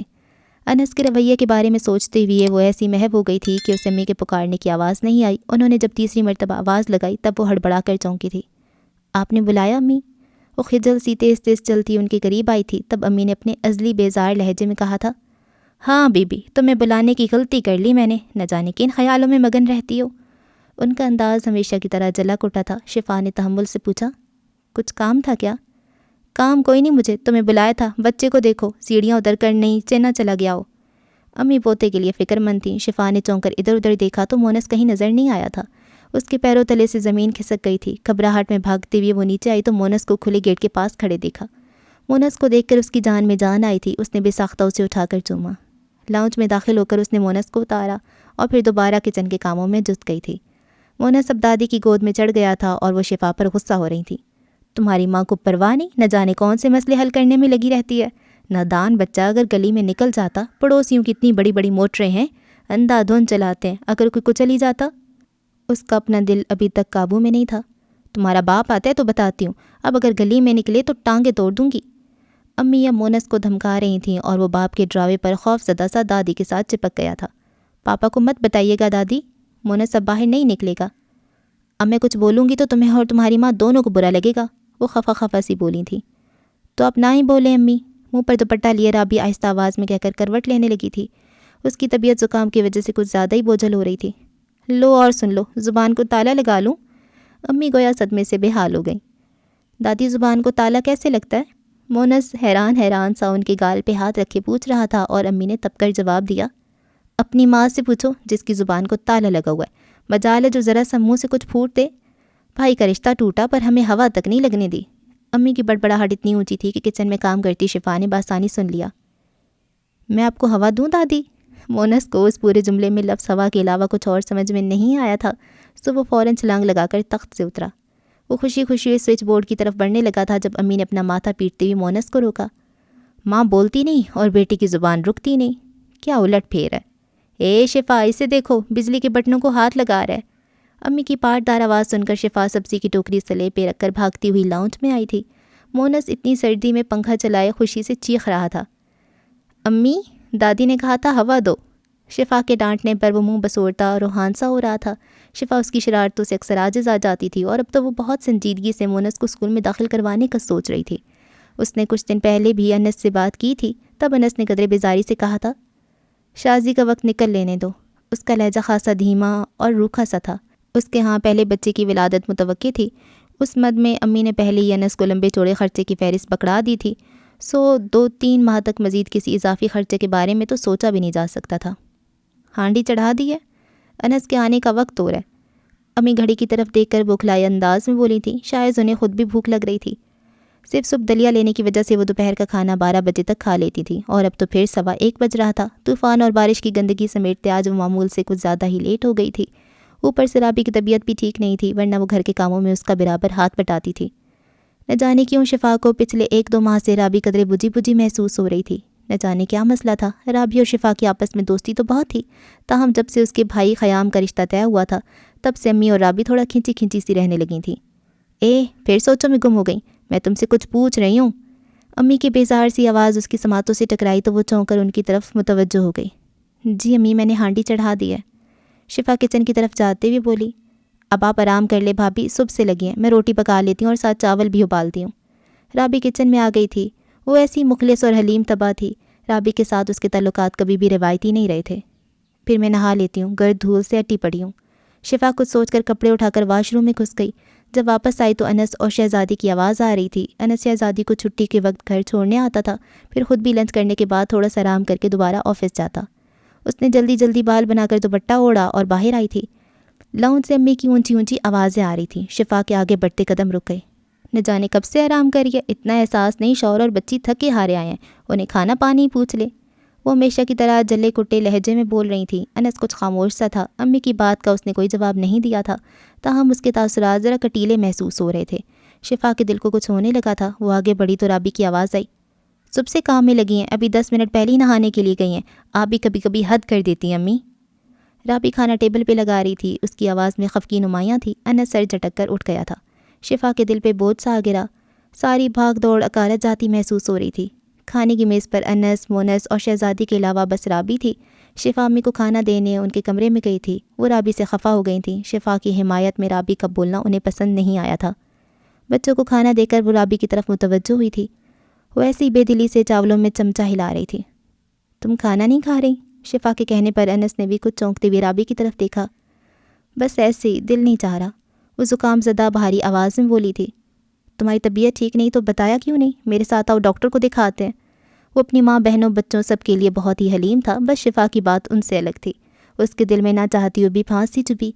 سب کا خیال رکھنے والا اکثر ہی شفا کے بارے میں لاپرواہ ہو جاتا تھا۔ رابی اور انس کو ڈاکٹر کے پاس جاتے دیکھ کر شفا نے بے دلی کے ساتھ برتن سمیٹے، پھر امی کو چائے دے کر اپنے کمرے میں آ گئی۔ اس کا ارادہ بچوں کو سلانے کا تھا۔ شہزادی بھی اسکول سے آ کر گھنٹہ 2 گھنٹہ آرام ضرور کرتی تھی۔ وہ بچوں کو دائیں بائیں لٹا کر سلانے کی کوشش کر رہی تھی جب شہزادی کو نیند میں جانے سے پہلے کچھ خیال آیا تھا۔ امی، میں نے ابو سے کہہ دیا مجھے ڈیسک اور ایزی چیئر لے کر دیں، میری سب فرینڈس نے اسٹڈی ٹیبل لے لیے ہیں۔ شہزادی اس کے چہرے پر اپنا چھوٹا سا ہاتھ رکھے سابقہ بےتابی سے بولی تھی۔ تو پھر ابو نے کیا کہا ہے؟ وہ لاشعوری طور پر شہزادی کی فرمائش پر چونک گئی تھی۔ ابو نے کہا رابی پھپھو کی شادی کے بعد لے کر دیں گے۔ شہزادی نے ذرا مدھم آواز میں بتایا تھا، پھر قدرے تجسس بھرے لہجے میں بولی، امی، رابی پھپھو کی شادی کب ہوگی؟ اس کی آنکھوں میں عجیب سی آس تھی۔ شفا کو اس کی آس توڑنا اچھا نہیں لگا۔ آپ دعا کرو نا جلدی رابی پھپھو کی شادی ہو، پھر آپ خوب مزہ کرنا، ڈھولک بجانا۔ وہ اس کا دھیان بٹانا چاہتی تھی۔ باہر پہلے سے کھٹکے کی آواز آئی تھی، شاید انس اور رابی واپس آ گئے تھے۔ کچھ دیر بعد انس کمرے میں داخل ہوا۔ شفا نے ذرا گردن اٹھا کر دیکھا، اس کے چہرے پر برہمی سی چھائی تھی، تاہم اس نے کچھ کہا نہیں تھا۔ کپڑے تبدیل کرنے کے بعد وہ مونس کے برابر جگہ بنا کر لیٹ گیا تھا۔ باپ کی موجودگی محسوس کر کے شہزادی نے بھی جھٹ سے آنکھیں موند لی تھیں، پھر اس کے بازو پہ سر رکھتی تھوڑی دیر میں وہ گہری نیند میں گم ہو گئی تھی۔ شہزادی کی گہری نیند میں جانے کی تسلی کر کے وہ محتاط انداز میں بیڈ سے اتر رہی تھی جب اس کی سماعتوں سے انس کی مدھم آواز ٹکرائی۔ تم رابی کی شادی کا ذکر کر رہی تھیں، شہزادی سے دعائیں کروا رہی تھیں، کیا رابی مجھ پر بھاری ہے؟ انس کا لہجہ گہرا کاٹ تار تھا۔ وہ ایک دم سن ہو گئی۔ رابی نے کب تمہیں تکلیف پہنچائی ہے جو تم مجھ سے اتنی بیزار ہو؟ انس ذرا سا اٹھ کر بیڈ گراؤنڈ سے ٹیک لگا کر بیٹھ گیا تھا۔ اس کی آواز بہت دھیمی تھی، اتنی کہ شفا بمشکل ہی سن پا رہی تھی۔ تمہاری یہ بیزاری مجھ تک ہی محدود نہیں بلکہ گھر والے اور میرے بچے بھی اس کی لپیٹ میں آ رہے ہیں۔ کیا اس سے یہ بہتر نہیں کہ تم کوئی حتمی فیصلہ کر لو؟ اس سے انس کا لہجہ عجیب آزردگی کی لپیٹ میں آیا، بکھرا بکھرا سا محسوس ہو رہا تھا۔ تب شفا قدرے ہڑبڑاتی ہوئی بولی تھی، آپ کو غلط فہمی ہوئی ہے۔ اس کا لہجہ بجا بجا سا تھا۔ وہ سمجھ نہیں پا رہی تھی کہ کیسے انس کی غلط فہمی دور کرے۔ میں نے اپنے کانوں سے سنا ہے، اب تم کوئی وضاحت مت دو، وہ عجیب بدگمانی بھرے لہجے میں بولا تھا۔ شفا کے اندر باہر بے چینیاں اتر آئی تھیں۔ آج شاید پہلی مرتبہ اتنے سالوں میں شفا نے قدرے سلیقے کے ساتھ انس کی غلط فہمی دور کرنے کی کوشش کی تھی، ورنہ وہ تو ایسے مواقع پر چپی ہو جاتی تھی۔ پھر چاہے امی اور انس بول بول کر خود ہی ہانپ جاتے، اس نے پلٹ کر جواب نہیں دینا تھا۔ اس کے پاپا نے جو اسے وداع کرتے ہوئے ایک نصیحت کی تھی، اسے شفا نے آج تک پلو سے باندھ رکھا تھا۔ بیٹی، ایک چپ میں 1000 سکھ ہیں، خاوند کچھ بھی کہے پلٹ کر جواب مت دینا۔ پاپا کے ہر قول کو اس نے گرہ میں باندھ رکھا تھا، اس بات کو سمجھے بغیر کہ کبھی کبھی خاموشی بھی بڑے بڑے خسارے اٹھا لاتی ہے۔ عموماً انس کے غصے کرنے پر، اسے بولنے پر اکسانے اور باتوں کو طول دینے پر بھی جب وہ خاموش رہتی تب وہ بے انتہا تپ جایا کرتا تھا، پھر اسے بھڑکتے دیر نہیں لگتی تھی۔ وہ چاہتا تھا شفا بولے، کبھی کھٹی میٹھی لڑائی کر لیا کرے، کم از کم اپنے اندر کی بھڑاس ہی نکال لے، مگر شفا نے بھی نہ بولنے کی گویا قسم کھا رکھی تھی۔ مگر آج اس نے دھیمی آواز میں وضاحت دے دی، تبھی انس قدرے مدھم پڑ گیا تھا۔ اس نے خود ہی موضوع بدلتے ہوئے اچانک خیال آنے پہ پوچھا تھا، غالباً تم نے کوئی ضروری بات کرنی تھی۔ شکر ہے اسے شفا کی کوئی بات تو یاد تھی، ورنہ وہ تو سوچ رہی تھی انس جتنا اس کی طرف سے لاپرواہ تھا کسی دن اسے بھی بھول ہی نہ جاتا۔ جی، اس نے قدرے پھنسی پھنسی سی آواز میں کہا، پھر گلا کھنکار کر بولی، وہ دراصل ممی آ رہی ہیں۔ یہاں آ رہی ہیں؟ اس کی توقع کے عین مطابق وہ چونک گیا تھا، اور صرف چونکا ہی نہیں تھا بلکہ حد درجہ حیران بھی ہو رہا تھا۔ جی، اس نے اس بات میں سر ہلایا۔ خیریت سے آئیں گی نا؟ انس کا حیران ہونا فطری تھا، وہ تو بیٹی کے ولیمے پر بھی دور کا سفر اور بلڈ پریشر کی تکلیف کا بہانہ کر کے نہیں آئی تھیں، پھر وہ کیوں نہ ان کی آمد پہ چونکتا۔ جی خیریت ہے، وہ بجھی سی آواز میں بولی۔ تمہاری شکل دیکھ کر تو لگتا نہیں ہے خیریت ہے۔ انس کھوجنے والی نظروں سے اسے دیکھ رہا تھا۔ شفا نے اندرونی بے چینی چھپاتی ہوئی نگاہ چرائی۔ وہ دراصل ذیشان نے امریکہ میں شادی کر لی۔ شفا نے انکشاف کر ہی دیا تھا۔ انس دم بخود رہ گیا۔ ذیشان کی اتنی جرأت، ایسی خون خوار بہنوں اور جلاد ٹائپ والدہ کی اجازت کے بغیر شادی کر لی، بڑی حیرت کی بات ہے۔ انس جتنا بھی حیران ہوتا کم تھا، وہ ذیشان کو اچھی طرح جانتا تھا۔ وہ تو ماں کی اجازت کے بغیر کبھی گھر سے باہر نہیں نکلا تھا، کجا کے اپنی مرضی سے شادی کر لیتا۔ پتہ نہیں اسے کیا ہوا، ممی بہت اپسیٹ تھیں، پھر خیام کی منگنی بھی ٹوٹ گئی، بلکہ ممی نے خود توڑ دی تھی۔ دراصل خیام وہاں شادی کے لیے مان نہیں رہا تھا۔ شفا نے صاحب کا بجھے بجھے لہجے میں تفصیل سے بتایا۔ انس نے قدرے شکوہ کرتی نظروں سے اسے دیکھتے ہوئے کہا، تم لوگوں نے ہمیشہ اجنبی سمجھا ہے مجھے، اتنا کچھ ہو گیا اور بتایا بھی نہیں۔ انس کی آواز مدھم سی تھی۔ اسے شفا کے غیریت برتنے پر بہت افسوس ہو رہا تھا۔ وہ ایسے ہی اپنی ہر بات اسے چھپاتی تھی، حتیٰ کہ اپنی تکلیف کا بھی ذکر نہیں کرتی تھی۔ چاہے جتنی بھی بیمار ہوتی، چپ چاپ منہ سر لپیٹ کر سو جاتی۔ اس کی اجنبیت بھرے رویوں پر اندر سے کتنا ڈسٹرب رہتا تھا، اوپر سے یہ احساس کہ وہ اس پر مسلط ہے۔ وہ بھلا اپنے خساروں کا ذکر کس سے کرتا؟ میں نے 3 دفعہ سوچا کہ آپ سے ذکر کروں، پھر ایسے ہی۔ وہ بولتے بولتے ایک دفعہ رک گئی۔ انس کافی دیر تک اس کے مزید بولنے کا انتظار کرتا رہا تھا، مگر وہ ایک دفعہ پھر کسی سوچ میں گم ہو گئی تھی۔ نہ جانے وہ اتنی کم گو شروع سے تھی یا اس کی زندگی میں شامل ہو کر ایسی سنجیدہ ہو گئی تھی۔ انس کے لیے کبھی کبھی اس کی خاموشی کو برداشت کرنا عذاب ہو جاتا تھا۔ اس کا دل چاہتا تھا کہ کس کر شفا کے منہ پر تھپڑ مارے، یہاں تک کہ شفا چیخ چیخ کر سارا گھر سر پہ اٹھا لے، پھر وہ اسے گھر چھوڑنے کی دھمکی دے اور بعد میں انس اسے بہت پیار سے منا لے۔ مگر وائے رے قسمت، بھلا سب کچھ سوچ کے مطابق ہو سکتا ہے؟ اب اگر وہ اپنی کسی خواہش کے تحت شفا کو مارتا اور وہ سچ مچ ناراض ہو کر چلی جاتی، تب وہ کیا کرتا؟ یہی سوچ اس کا دل بند کر دینے کے لیے کافی ہوتی۔ خیام نے وہاں سے رشتہ کیوں ختم کیا؟ بہت دیر تک اس کے مزید کچھ بولنے کا انتظار کرنے کے بعد انس نے بے دلی سے پوچھا۔ اس کا شفا سے باتیں کرنے کو دل چاہ رہا تھا، مگر شفا تھی کہ اپنے مراقبے سے باہر آنے کے موڈ میں نہیں تھی۔ وہ دراصل، شفا ایک مرتبہ پھر بولتے بولتے رک سی گئی تھی، مگر اب کہ انس بھی خاصا چڑ گیا۔ اب بول بھی چکو۔ وہ قطرے بیزاری سے بولتا ہوا گھڑی کی طرف دیکھنے لگا تھا۔ اس کے آرام کا ٹائم پورا ہو گیا تھا، اب اسے دفتر کے لیے نکلنا تھا۔ آپ برا تو نہیں مانیں گے؟ شفا اکلاتی ہوئی خود بھی اس کے برابر کھڑی ہو گئی تھی۔ نہیں۔ وہ اپنا موبائل اور گاڑی کی چابی اٹھا کر پینٹ کی جیب میں رکھ رہا تھا۔ وہ ممی آ رہی ہے انس۔ شفا کی سمجھ میں نہیں آ رہا تھا کہ وہ بات کس طرح شروع کرے۔ انس بری طرح بھنا اٹھا۔ ممی آ رہی ہیں تو کیا 21 توپوں کی سلامی دوں؟ ان کو آ تو لینے دو، تمہاری ممی کی شان شیان خادر مدارت ہوگی۔ وہ سمجھا شاید شفا اس لیے گھبرا رہی ہے کہ یہاں اس کی ممی کی سہولت کے مطابق کچھ بھی میسر نہیں ہوگا۔ اب رہائش تو وہ اپنی بدل نہیں سکتا تھا، تاہم ممی کی تواضع کے لیے راشن کا ڈھیر لگا سکتا تھا۔ بہرحال وہ شفا کی ماں تھی اور پہلی مرتبہ اس کے گھر آ رہی تھیں۔ ایک داماد ہونے کے ناطے وہ ان کی تواضع کا ظرف رکھتا تھا، مگر بات شاید یہ نہیں تھی، اور جو بات تھی اسے سن کر تو انس کے 14 طبق روشن ہو گئے تھے۔ انس، ممی رابی کے لیے آ رہی ہیں۔ شفا نے گھبراتے ہوئے راز اگل ہی دیا تھا۔ اس کے خیال میں تھا شاید انس کو بہت برا لگے، مگر ایسا کچھ نہیں ہوا تھا۔ اس کی توقع کے برعکس وہ کچھ پل کے لیے گم سم ہو گیا تھا۔ تمہاری ممی رابی کے لیے آ رہی ہیں؟ میں کچھ سمجھا نہیں۔ اب رابی ایسی بھی بیمار نہیں جو اس کی احوال پرسی کی جائے، موسمی زکام بخاری تو ہے؟ وہ حیران سا بولے جا رہا تھا، تب شفا نے اس کی تمام حیرتوں کا جواب دیا۔ ممی رابی کا رشتہ لینے یہاں آ رہی ہیں، دراصل خیام کی خواہش پر۔ وہ رابی کو پسند کرتا ہے۔ اس نے ڈرتے ڈرتے باقی ماندہ سچ بھی اگل دیا تھا، مگر حیرت انگیز طور پر انس کو قطعاً غصہ نہیں آیا تھا۔ اسے برا نہیں لگا تھا۔ اس کے چہرے پر پھیلے تاثرات پل پل بدل رہے تھے۔ وہاں ہلکی سی خوشی کی جھلک بھی نظر آ رہی تھی۔ وہ حیران تھا اور خوش بھی تھا، کم از کم شفا کے اطمینان کے لیے یہ کافی تھا۔ اگلے روز گھر کا ماحول یکسر تبدیل تھا۔ شفا نے امی کے بدلتے مزاج کے ساتھ رابی کے چہرے پر چمکتی خوشی کو بھی کھوج لیا تھا، یعنی خیام کی پسندیدگی یک طرفہ نہیں تھی۔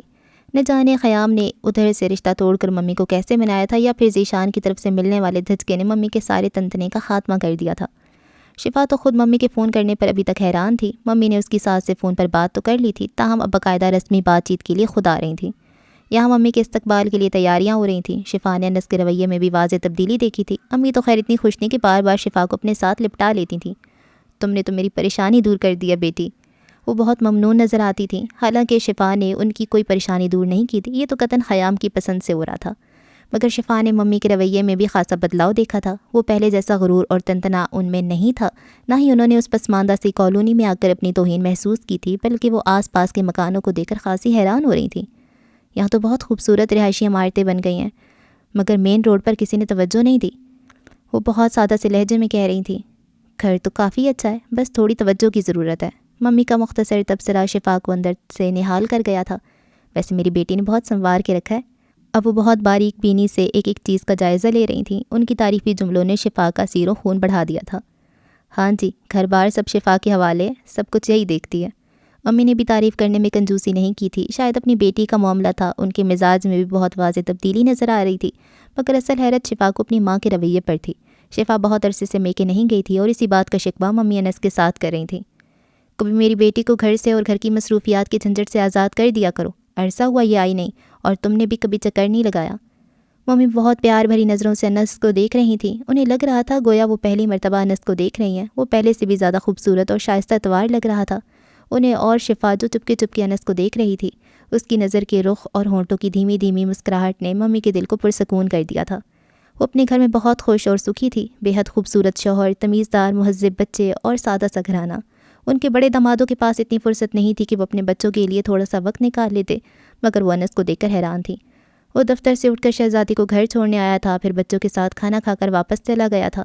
دفتر سے آنے کے بعد اس نے شہزادی کو ہوم ورک بھی کروایا تھا، پھر بچوں کو باہر گھمانے بھی لے گیا تھا۔ انہیں یہ سب دیکھنا بہت اچھا لگ رہا تھا، اور انہوں نے اس بات کا برملا اظہار بھی کر دیا تھا۔ میری بیٹی یہاں بہت خوش ہے، میرے دل کی تسلی کے لیے یہی کافی ہے۔ انس کے اٹھتے ہی امی کے ہاتھ پر اپنے ہاتھ رکھے ممی نے نہایت شائستگی سے کہا تھا۔ اب امی قدرے شرمندہ ہو گئی تھیں۔ بہن، ہمارا اس میں کوئی کمال نہیں، یہ تو آپ کی بیٹی کا ظرف اور اچھائی ہے۔ آج تک پلٹ کر جواب نہیں دیا، زبان درازی نہیں کی، سچ پوچھے تو کبھی ان کے کمرے سے میاں بیوی کے جھگڑے کی آواز تک نہیں آئی۔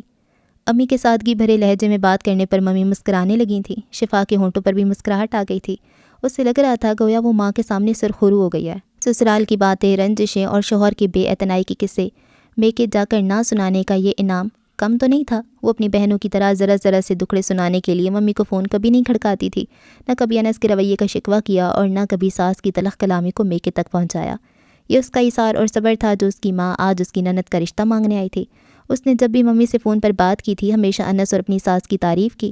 وہ اپنے بہنوئیوں سے کسی بھی طور پر انس کو کم یا ہلکا نہیں ہونے دینا چاہتی تھی۔ رات کو ممی اسے کہہ رہی تھی، بلکہ خیام کی بےتابیوں کا بتا رہی تھی۔ بہت تطاولہ ہو رہا تھا، ساتھ آنے کی ضد کر رہا تھا، میں نے منع کر دیا، اس کا ساتھ آنا مناسب جو نہیں تھا۔ ممی بہت خوشی سے بتا رہی تھیں۔ تب اس نے خیام کی منگنی ٹوٹنے کی اصل وجہ پوچھی تھی۔ بہت کمینے لوگ تھے، بلا کے تیز ترار، شادی سے پہلے الگ گھر کی ڈیمانڈ کر رہے تھے۔ میرا دل کھٹا ہو رہا تھا، ویسے بھی خیام خوش نہیں تھا، نہ جانے کب سے تمہاری نند کے بارے میں سوچ رکھا تھا، مگر جب میں نے رشتہ طے کر دیا خاموش ہو گیا۔ یہ تو جب میں نے ان لوگوں کے رنگ ڈھنگ دیکھ کر بات ختم کی تو اس نے بھی رابی کا نام منہ سے پھوٹا۔ بہت نرم مزاج، میٹھی طبیعت ہے رابی کی، تمہاری بہنیں بھی رضامند ہیں، ممی خوش دلی سے بتا رہی تھیں۔ شفا کا دل ہلکا ہو گیا۔ تم اور انس چکر لگاؤ نا، عرصہ ہو گیا تم کو آئی ہوئی ہے، کیا انس نے اتنا میری بیٹی کو باندھ رکھا ہے؟ وہ بہت پیار سے شفا کا چہرہ دیکھ رہی تھیں۔ بس ممی، بچوں اور گھر کی مصروفیت کی وجہ سے نکلنا نہیں ہوتا، اور پھر انس بھی کہیں آنے جانے نہیں دیتے، رات رکنے کا تو سوال ہی پیدا نہیں ہوتا۔ پھر اگر لاہور جاؤں تو چند دن تو لگ ہی جائیں گے، انس کے بغیر کہیں جانے کو دل نہیں کرتا، اور ان کو چھٹی بھی بس عید کی عید ہی ملتی ہے۔ اس نے شرمیلی سی مسکراہٹ کے ساتھ اپنے میکے نہ جانے کی اصل وجہ بتا دی تھی، جسے سن کر ممی اطمینان بھری مسکراہٹ کے ساتھ بولی، میری بیٹی اپنے گھر میں خوش رہے، اس سے بہتر خوشی کی بات اور کیا ہو سکتی ہے؟ مگر بیٹا، کبھی تو میکے کا چکر لگا لیا کرو، جب سے تمہارے پاپا گئے ہیں تم جیسے بھول ہی گئی ہو۔ ممی نے اس کی روشن پیشانی چوم کر کہا تھا۔ ممی، آپ کو بتایا ہے نا، انس کے بغیر میرا کہیں بھی جانے کو دل نہیں کرتا، یوں لگتا ہے انس کے بغیر کہیں جاؤں گی تو کھو جاؤں گی، مجھے انس کے علاوہ اور انس کے بغیر پوری دنیا بے رنگ لگتی ہے۔ شفا نے جانے کیسے جذبات سے مغلوب ہو کر اپنے دل کا حال ماں کے سامنے کہہ سنایا تھا، ورنہ یہ اس کے ایسے سچے جذبے تھے جن کو اس نے کبھی اپنے آپ کے سامنے بھی عیاں نہیں کیا تھا۔ دروازے پہ جانے کب سے کھڑا انس اس کے آخری الفاظ پہ ٹھٹک گیا تھا۔ وہ جانتا تھا شفا میں انا کوٹ کوٹ کر بھری ہے، وہ ٹوٹ سکتی ہے مگر اپنا بھرم نہیں توڑ سکتی تھی۔ اسے شفا کی منافقت نے دل سے دماغ تک کڑوا کر دیا تھا، اسے شفا کے الفاظ نے عجیب سی تکلیف میں مبتلا کر دیا تھا۔ وہ اپنا بھرم قائم رکھتی ہوئی کیسے ماں کو مطمئن کر رہی تھی؟ کیا وہ نہیں جانتا تھا کہ شفا اپنے میکے کیوں نہیں جاتی؟ وہ آج بھی اپنے گھر والوں سے ناراض تھی، یا شاید اپنے مرے ہوئے باپ سے ناراض تھی جس نے اسے اس جہنم میں پھینک دیا تھا، اور اسی پھانس چبھن اور گھٹن کی بدولت وہ میکے جانا گوارا نہیں کرتی تھی۔ اپنی بہنوں کی خوشگوار زندگی اسے ڈسٹرب کرتی تھی اور وہ ان کے سامنے خود کو جھکانا نہیں چاہتی تھی۔ اپنی زہریلی سوچوں میں کھویا انس زیر لب بڑبڑاتا پلٹ گیا تھا۔ جھوٹی عورت، ایسے ڈھکوسلے اور فریب بھرے الفاظ مجھے متاثر نہیں کر سکتے۔ رات بھر شفا کے کہے گئے الفاظ کو سوچتا وہ عجیب سی اندیکھی آگ میں جھلس رہا تھا۔ ممی جاتے جاتے شادی کی تاریخ طے کر گئی تھیں۔ شادی کی تاریخ طے ہوتے ہی شفا گھن چکر بن گئی تھی۔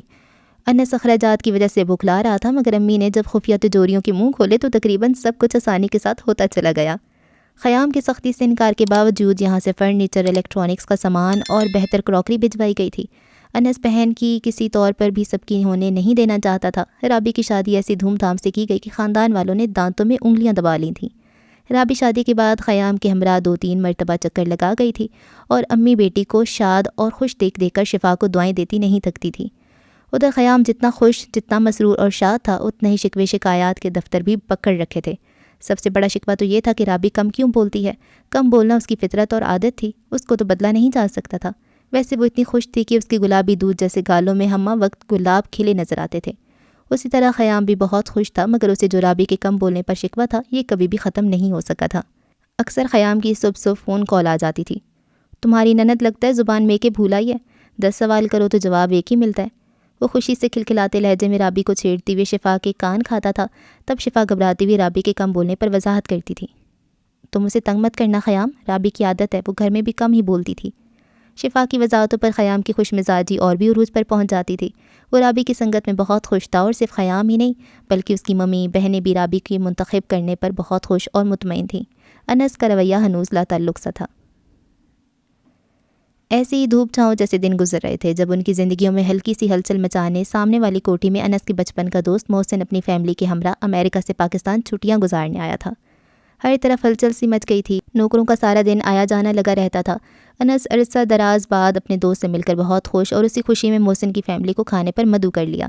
وہ صبح آفس جانے سے پہلے اتنی لمبی چوڑی ہدایات دے کر گیا تھا، تب امی نے کافی ناگواری سے انس کو ٹوکا تھا۔ ارے کیا اس میں بجلی بھری ہے جو یہ 18 ہانڈیاں رات تک تیار کر لے گی؟ تمہارے دماغ تو ٹھیک ہے، اس اکیلی جان پہ اتنا سیاپا ہوگا؟ وہ بیٹے کے مینیو لسٹ دیکھ کر بھنا رہی تھیں۔ تو پھر کون کرے گا؟ اس کے ماتھے پر خواہ مخواہ بل پڑ گئے۔ تمہارے بابا کے خانسامہ آ کر کریں گے۔ امی نے گویا سر پیٹ لیا۔ غضب خدا کا، خود سوچو، چھوٹے چھوٹے بچوں کا ساتھ ہے، شفا کے لیے کیسے اتنا کام کر پائے گی؟ تو اس کا لاپے بتا دیں، لوگوں کی بیویاں ایک وقت میں سینکڑوں ڈشز بنا لیتی ہیں۔ انس کی ناگواری کا گراف بڑھتا جا رہا تھا۔ تو تم لوگوں کی بیویوں سے ہی سینکڑوں ہانڈیاں بنوا لو، شفا سے اتنا کام نہیں ہو سکتا۔ امی نے ہاتھ جھاڑ کر کہا۔ اب لوگوں کے دروازے کھٹکھٹانے سے تو رہا، انس چڑ کر رہ گیا۔ تمہاری بیوی سے جتنا کام ہوگا اتنا ہی کر سکے گی نا، وہ بھی تو انس کی ماں تھی، کیسے خاموش رہتی؟ کب سے یہ تکرار سنتی شفا کو مداخلت کرنی پڑی تھی۔ امی میں کر لوں گی، آپ فکر نہ کریں۔ انس کا غصہ بڑھتا دیکھ کر شفا کو بولنا ہی پڑا تھا۔ تمہاری خاطر تو کہہ رہی ہوں میں، کیسے کر لو گی؟ مونس کی طبیعت ٹھیک نہیں، اتنا چڑچڑا ہو رہا ہے، بھلے کا تو زمانہ ہی نہیں، کر سکتی ہو تو کر لینا، مجھے کیا ضرورت ہے زبان گھسانے کی؟ امی خفا ہو کر تخت پر بیٹھ گئی تھیں، پھر انہوں نے اون سلائیوں کو پکڑ کر قطن لاتعلقی کا اظہار کیا تھا۔ اب کچھ پکانے کی ضرورت نہیں ہے، میں بازار سے لے آؤں گا۔ انس رکھائی سے بولتا باہر نکل گیا۔ انس کے چلے جانے کے بعد عجیب سی بے کلی تھی جس نے شفا کو بے انتہا بے چین رکھا تھا۔ وہ پورے گھر میں جلے پیر کی بلی بنی چکراتی پھر رہی تھی۔ پھر اس بیکار کی گھبراہٹ سے تنگ آ کر اس نے انس کو فون کر دیا۔ جب دوسری طرف بیل جانے لگی تب ایک اور مشکل میں گرفتار ہو گئی۔ سمجھ میں نہیں آ رہا تھا کہ بولے کیا۔ اب بول بھی چکو، انس نے تنگ آ کر کہا تو شفا نے بڑی مشکل سے کہا تھا، انس اب کھانا مت لائیے گا، میں کچھ نہ کچھ کر لوں گی۔ تم نے جو کچھ کرنا ہے وہ میں آلریڈی جانتا ہوں، اپنی تو خیر ہے، مہمانوں کے سامنے جو ملہوبے سجا کے رکھو گی اس سے بہتر میں باہر سے کھانا لے آؤں۔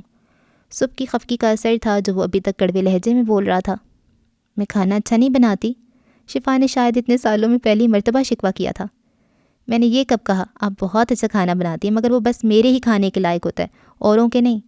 انس کا سابقہ جلا کوٹا لہجہ برقرار تھا۔ شفا کے دل کو ایک مرتبہ پھر دھکا سے لگا۔ آپ کو ابھی تک غصہ ہے؟ اس نے گھبراہٹ میں ہکلاتے ہوئے کہا۔ میری مجال ہے جو آپ پہ غصہ کروں؟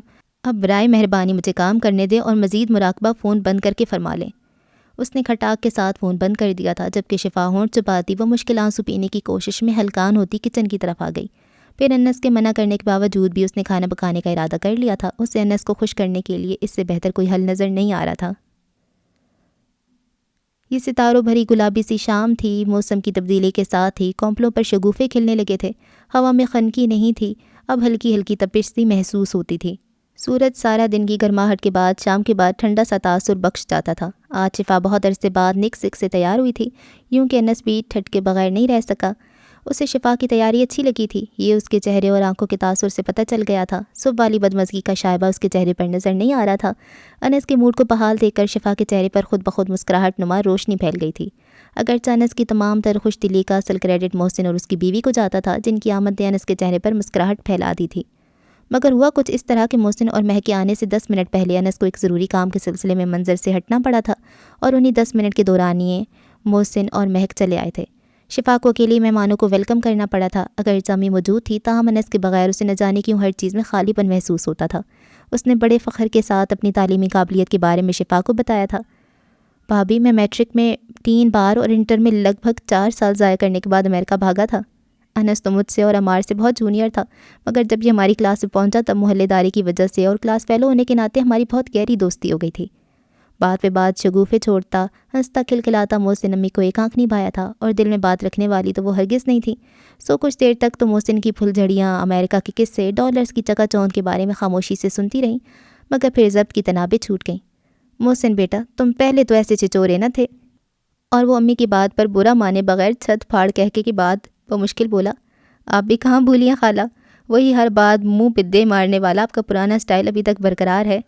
ہجان امیز کہے پر قابو پا کر وہ اپنی خاموش بیٹھی بیوی کو کوئی پرانا قصہ سنانے لگا تھا، اور بولتے ہوئے اس کی آنکھوں اور تھوڑی کے نیچے لٹکا سیاہ ماس مسلسل پینڈولم کی طرح جھول رہا تھا۔ خالہ کا ڈنڈا بڑا مشہور تھا، مجال ہے جو انس دوستوں کی محفل میں بیٹھ جاتا یا کبھی آوارہ گردی کرنے نکل جاتا۔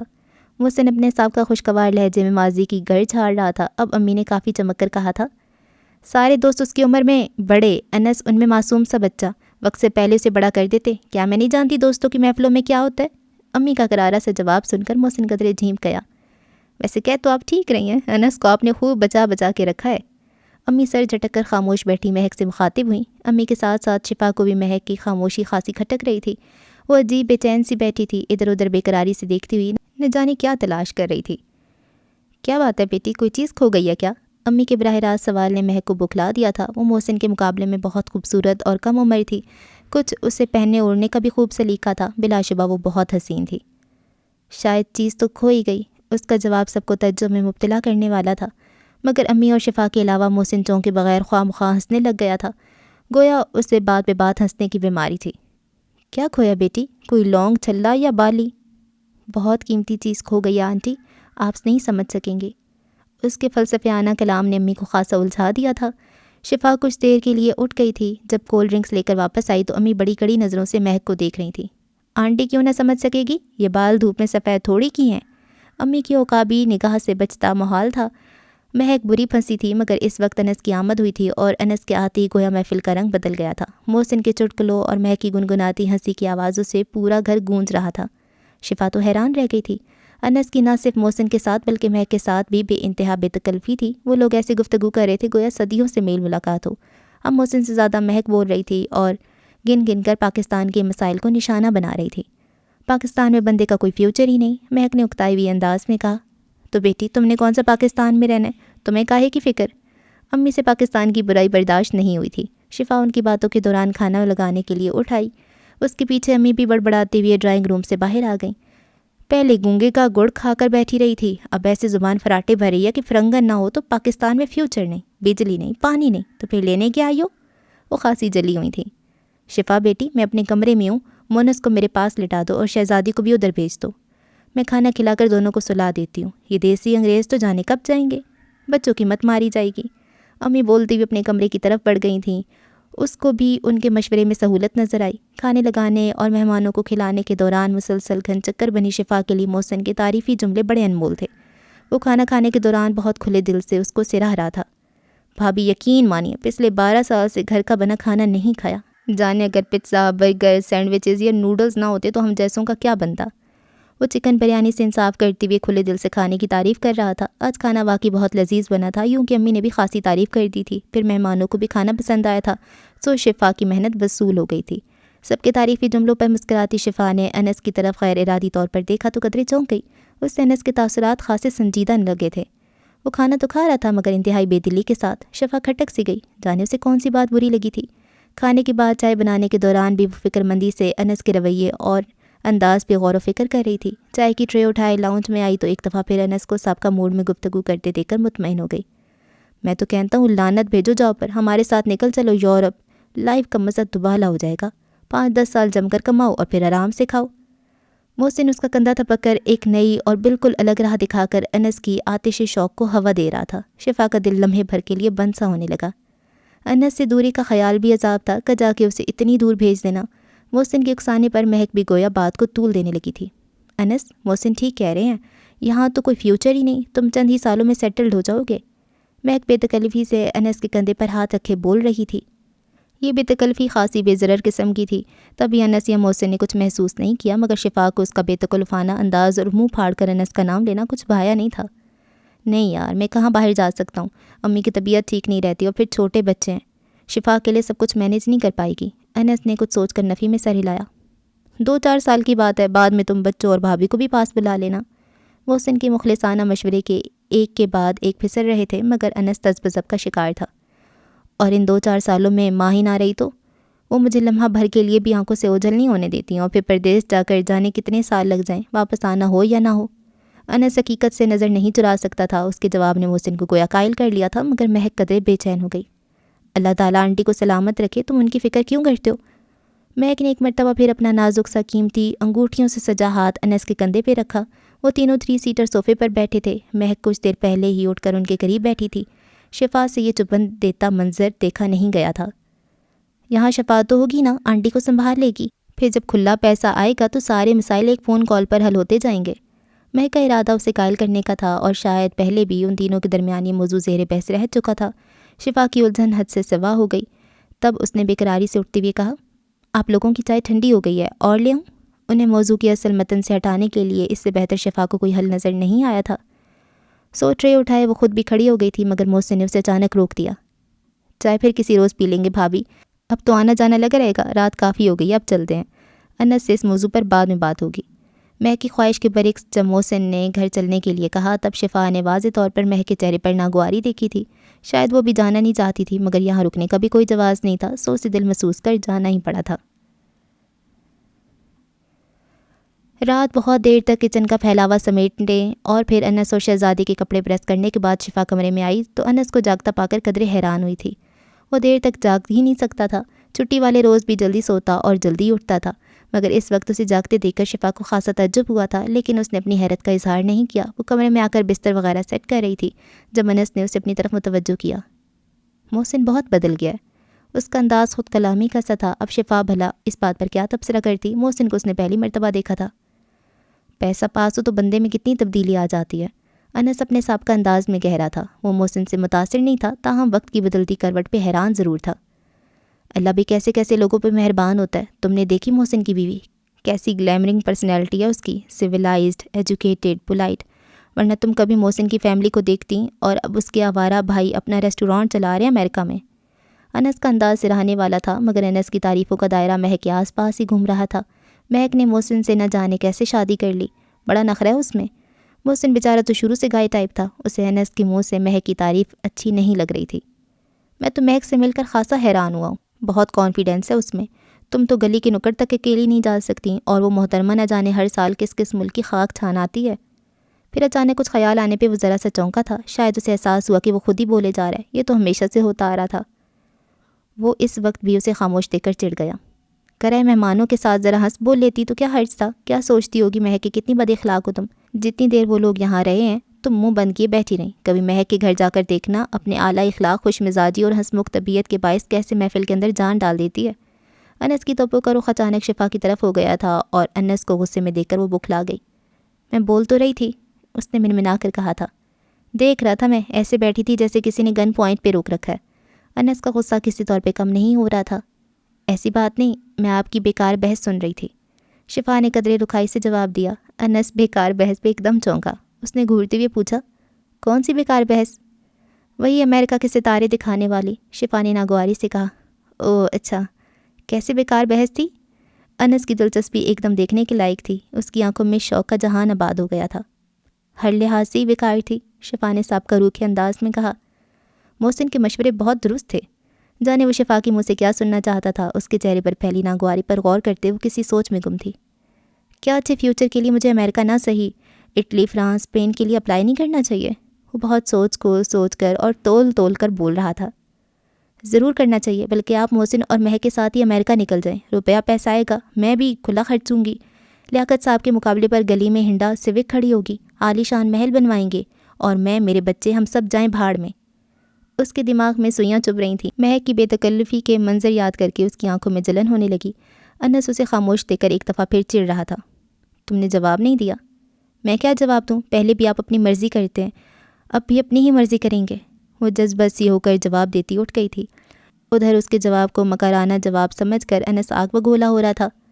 میسنی گھنی صاف صاف نہیں کہہ سکتی، میری نظر سے دور جاؤ، کل کے جاتے آج ہی نکلو، 4-5 سال تو آنا ہی نہ، میں وہاں دھکے کھاؤں اور یہ یہاں عیش و عشرت کی زندگی گزارے۔ جانتا ہوں میں ساری چلاکی کو۔ غصے میں بل کھاتا وہ مٹھیاں بھینچے ضبط کے کڑے مرحلے سے گزر رہا تھا۔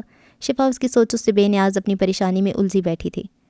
یہ محسن اور مہک جانے کہاں سے ٹپک پڑے ہیں؟ انس کا ذہن باہر جانے کے لیے بن گیا تو پھر بھلا کون روک پائے گا انہیں؟ وہ گیلی بھیگی آنکھوں کے ساتھ مسلسل سوچے جا رہی تھی۔ انس اس کے چہرے پر پھیلے تاثرات دیکھ کر جل بھن رہا تھا۔ ابھی سے خواب دیکھنے لگ گئی ہے، امریکہ جاتی ہے میری جوتی۔ میں کیوں اپنی ماں اور بچوں کو چھوڑ کر پردیس میں دھکے کھاؤں؟ یہ تو میرے چلے جانے کے بعد شکرانے پڑے گی۔ اس کا دل شفا سے کچھ اور کھٹا ہو گیا تھا۔ ذہن میں عجیب آگ سی لگی تھی۔ اس کی آنکھ لگنے لگی، مگر کچھ ہی دیر بعد اسے شفا کی آواز سنائی دی۔ انس، انس۔ وہ اس کا کندھا ہلا رہی تھی۔ کیا ہے؟ انس گویا پھاڑ کھانے کو دوڑا۔ وہ بچوں کو تو اٹھا لائیں، اس نے ڈرتے ڈرتے کہا۔ رہنے دو ادھر ہی۔ انس نے غصے سے کروٹ بدل لی۔ وہ امی کو تنگ کریں گے، مونس رات کو اٹھتا ہے، شفا نے لجاجت سے کہا، مگر انس ٹس سے مس نہیں ہوا۔ انس آپ سن رہے ہیں؟ وہ منمنا رہی تھی۔ نہیں، میں بہرا ہو چکا ہوں، انس نے تنک کر کہا، اور تم پلیز پہلے کی طرح گونگی ہو جاؤ، میرے سونے کے وقت میں تمہیں ساری ضروری کانفرنسیں یاد آ جاتی ہیں۔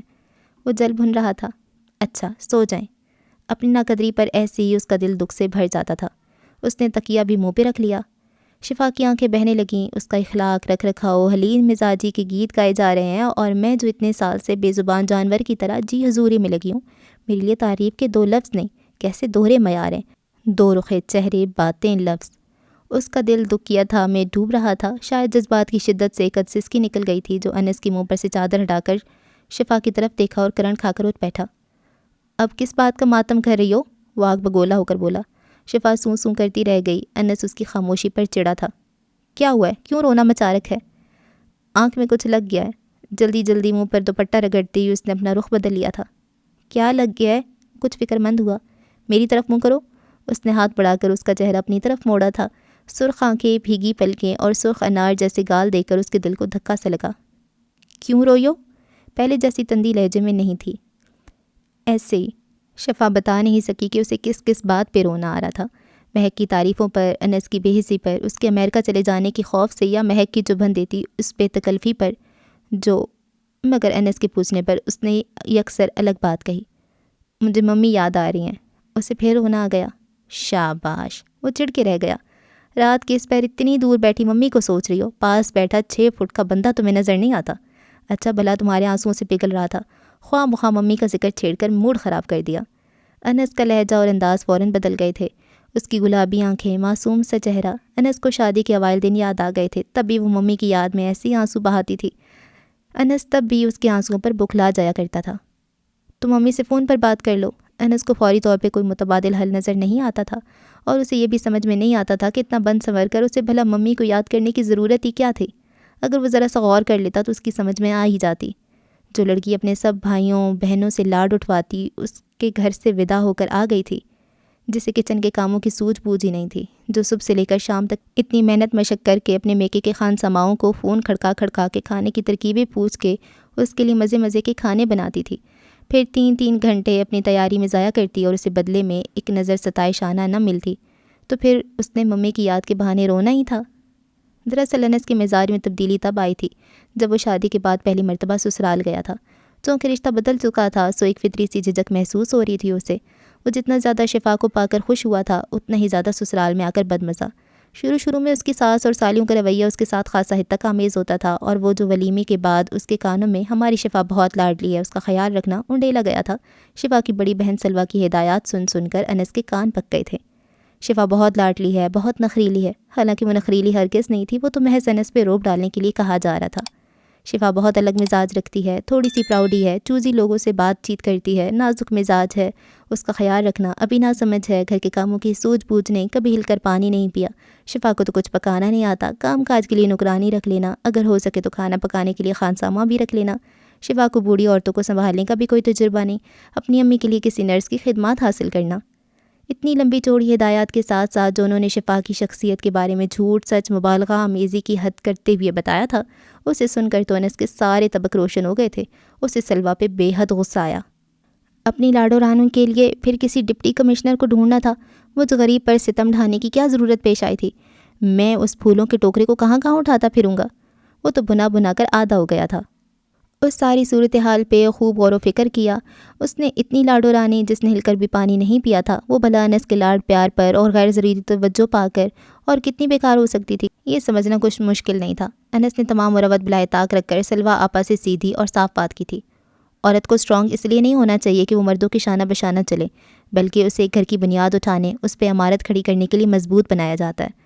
میں ہر کام کے لیے الگ الگ نوکر افورڈ نہیں کر سکتا، اور نہ ہی مجھے بیڈ روم سجانے کے لیے بیوی چاہیے تھی۔ آپ یقیناً سمجھ رہی ہیں میری بات۔ افسوس کے ساتھ کہہ رہا ہوں، شفا میرے معیار پر پورا نہیں اترتی۔ انس کے دو ٹوک کاٹ دار لفظ صرف سلویٰ کے ہی نہیں بلکہ شفا کے دل میں بھی ترازو ہو گئے تھے۔ اسے یہ نہیں پتا تھا کہ سلویٰ آپا اور انس کے درمیان کون سی بحث چل رہی ہے، اسے بس یہ خبر ہوئی تھی کہ وہ انس کے معیار پہ پوری نہیں اتر سکی۔ تب شفا کی خودداری، انا، وقار، عزت نفس کا بت پاش ہو گیا تھا۔ اس اتنی زور کی ٹھوکر لگی تھی کہ آج 6 سال بیت جانے کے بعد بھی وہ درد، وہ تکلیف، وہ زخم ابھی تک ہرا تھا۔ وہ انس کے معیار پہ پورا نہیں اتر سکی۔ جانے انس کا معیار کیا تھا، اس کی پسند کیا تھی؟ مگر انس کے ان لفظوں سے لہو لوہان شفا دوبارہ کبھی خود سے بھی نظر نہیں ملا کر کھڑی ہو سکی تھی۔ اسے اپنی خوبصورتی، سلیقہ، رکھ رکھاؤ سب اپنا مذاق اڑاتا محسوس ہوتا تھا۔ وہ بہت اچھا کھانا نہیں بنا سکتی تھی، مگر اس کا یہ مطلب نہیں تھا کہ اسے کچھ پکانا آتا ہی نہیں تھا۔ گھر کے کام کاج کے لیے نوکر تھے اور بڑی بہنوں کی موجودگی میں اس پہ کوئی ذمہ داری بھی نہیں تھی، مگر یہ بھی نہیں تھا کہ اسے کچھ آتا ہی نہیں تھا۔ اس نے خود کو اتنا بدلا کہ خود بھی حیران رہ گئی۔ سلویٰ آپا کے طویل ہدایت نامے پہ غور و فکر کے بعد جو انس دوبارہ شفا کے سامنے آیا تھا، وہ پہلی اور دوسری رات سے قطعاً مختلف انس تھا۔ شادی کے 5ویں روز اس نے شفا کو کچن کی راہ دکھا دی۔ سلویٰ آپا نے انس کو شفا کے بارے میں بہت کچھ بتا دیا تھا، مگر یہ نہیں بتایا تھا کہ ان کی لاڈلی بہن بہت سیدھا مزاج رکھتی ہے اور بہت کم گو ہے۔ حالانکہ اس کی کم گوئی کے بارے میں انس کو سب سے پہلے بتانا چاہیے تھا، مگر یہیں بھول ہو گئی۔ گزرے وقت کے ساتھ انس کو شفا سے جو پہلا شکوہ ہوا تھا وہ اس کی کم گوئی ہی سے تھا۔ انس نے کہا تھا اسے گھر کی فضا پر امن چاہیے۔ وقت گواہ تھا، آج تک کسی نے شفا کی اونچی آواز نہیں سنی تھی۔ گھر کی خاموش فضاؤں میں شہزادی اور مونس کی چہکاروں نے ہلچل مچا دی تھی۔ شفا انس کے روکھے رویے اور بے اعتنائیوں کو سہتے سہتے عادی ہو چلی تھی۔ شفا کو سدھارنے کے لیے جو انس نے اپنا مزاج بدلا تھا، تو اب خود بخود اس کی مزاج کی تلخی شخصیت کا خاصہ بنتی چلی گئی تھی۔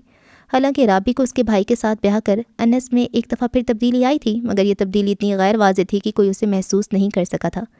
انس کی دھوپ چھاؤں جیسے کبھی سخت کبھی نرم رویوں میں وقت بہت سبک رفتاری سے گزر رہا تھا، مگر اس بہتی ندی جیسے رواں وقت میں فرق مہک اور محسن کی آمد سے پڑا تھا۔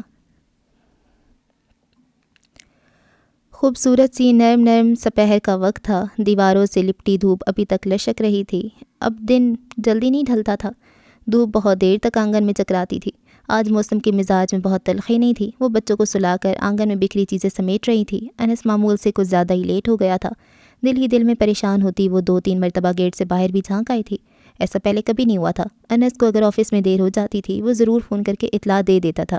اپنی گھبراہٹ پہ قابو پاتی وہ ایک دفعہ پھر گیٹ تک آئی تھی۔ اسی وقت گیٹ پر ایک نئی نکوڑ چمکتی گاڑی کو دیکھ کر ٹھٹک گئی، مگر دوسری پل اس کا چہرہ 14ویں کے چاند کی مانند جگمگانے لگا تھا۔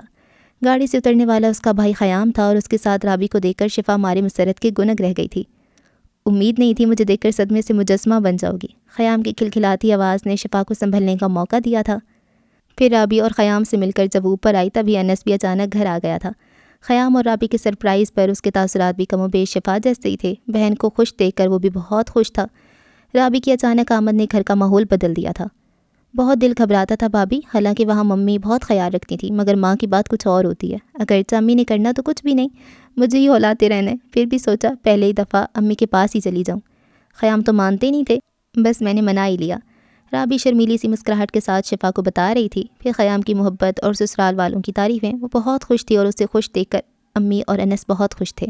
اسے رابی کو مسرور دیکھ کر اپنا آپ سرخرو محسوس ہو رہا تھا۔ تو پھر تم نے خیام کو کیسے منایا؟ مجھے بھی کوئی ٹپ، کوئی گر سکھا دو، شفا نے شرارتی مسکراہٹ کے ساتھ کہا۔ اسی وقت اچانک انس نہ جانے کہاں سے آ گیا تھا۔ گر سیکھنے والی تمہاری عقل ہوتی تو اور کیا چاہیے تھا؟ اگرچہ اس نے سادہ انداز میں ہی بات کی تھی، تاہم شفا کو سراسر اس کا لہجہ تمسخر اڑاتا لگا تھا۔ اس کا چہرہ ایک دم سرخ ہو گیا۔ اب ایسی بھی بات نہیں، شفا بھابھی جیسا تو کوئی بھی نہیں۔ رابی نے فوراً اس کی طرفداری کی تھی۔ وہ شادی سے پہلے جتنی دبو سی کم گو تھی اب ایسی نہیں رہی تھی۔ شاید یہ خیام کا بخشتا ہوا اعتماد تھا جو اس کے لہجے سے چھلک رہا تھا۔ تم تو شفا کی سائڈ ہی لوگی، آخر تمہاری نند بھی تو ہے۔ انس کا انداز چھیڑنے والا تھا۔ اگر خوشامد نہیں کرو گی تو شفا اپنے بھائی سے کہہ کر تمہاری کٹ بھی لگوا سکتی ہے۔ وہ رابی کو چھیڑ رہا تھا اور شفا کو لگ رہا تھا شاید وہ اس پہ طنز کر رہا تھا۔ میرا بھائی ایسا کانوں کا کچا نہیں، جانے کیسے شفا کے لبوں سے پھسل گیا تھا۔ تب انس نے گویا اس کا ریکارڈ لگا دیا۔ تو کیا رابی کا بھائی کانوں کا کچا ہے؟ وہ شوق نظروں سے اسے دیکھ رہا تھا۔ اسے شفا کا بولنا بہت اچھا لگا تھا۔ چلو کسی بھی بہانے سے صحیح، وہ بولی تو تھی۔ تم نے رابی سے کیا گر سیکھنے ہیں؟ میں تو اس کا بھی استاد ہوں، مجھ سے سیکھ لو۔ انس کی شوخیاں عروج پر پہنچی ہوئی تھیں۔ شاید خیام کی چونچالی اب انس میں منتقل ہو گئی تھی، کیونکہ خیام 1000 مرتبہ انس، شفا اور رابی کو جتا چکا تھا تم تینوں انتہائی بور شخصیات ہو۔ اور تم خود کیا ہو؟ انس نے مسکراتے ہوئے چھیڑا۔ یہ شعبدہ بازوں کی ساری خصوصیات رکھتے ہیں۔ رابی نے بھی ہنستے ہوئے گفتگو میں حصہ لیا تھا۔ تب انس کو رابی کے دو بدو بولنے اور حاضر جوابی پر اچھو لگ گیا تھا۔ ویسے رابی، تمہاری زبان کے تو سارے زنگ اتر گئے ہیں۔ یہ سراسر میرا کمال ہے۔ خیام نے مصنوعی کالر اکڑائے تھے۔ انس خاصا متاثر نظر آنے لگا تھا۔ تمہاری بہن کو ہنسنا اور بولنا بھی سکھا دیا ہے، اب یہ ہر فن میں ماہر ہے، میری بڑی بہنوں کے ساتھ پورا مقابلہ کر سکتی ہے۔ خیام کی شرارتی مسکراہٹ گہری ہوتی جا رہی تھی۔ تب رابی نے بے حد ناراضی سے کہا تھا، میری مجال ہے جو میں بڑی آپیوں کے ساتھ مقابلے کرتی پھروں، کچھ ہوش کے ناخن لیا کرو۔ رابی کی خفگی دکھانے پر خیام نے بے ساختہ ہنس رہا تھا۔ شفا بھی ان کی نوک جھونک سے محظوظ ہو رہی تھی۔ رابی، میری سنگت میں تھوڑی مسخری ہو گئی ہے، جبکہ شفا تمہاری ہمراہی میں کچھ زیادہ ہی بردبار سنجیدہ ٹائپ۔ جس بات پر کہکا لگانا ہوتا ہے اس پر صرف مسکراتی، اور جس پر مسکرانا ہوتا ہے یہ بس منہ بنا کر بیٹھ جاتی ہے۔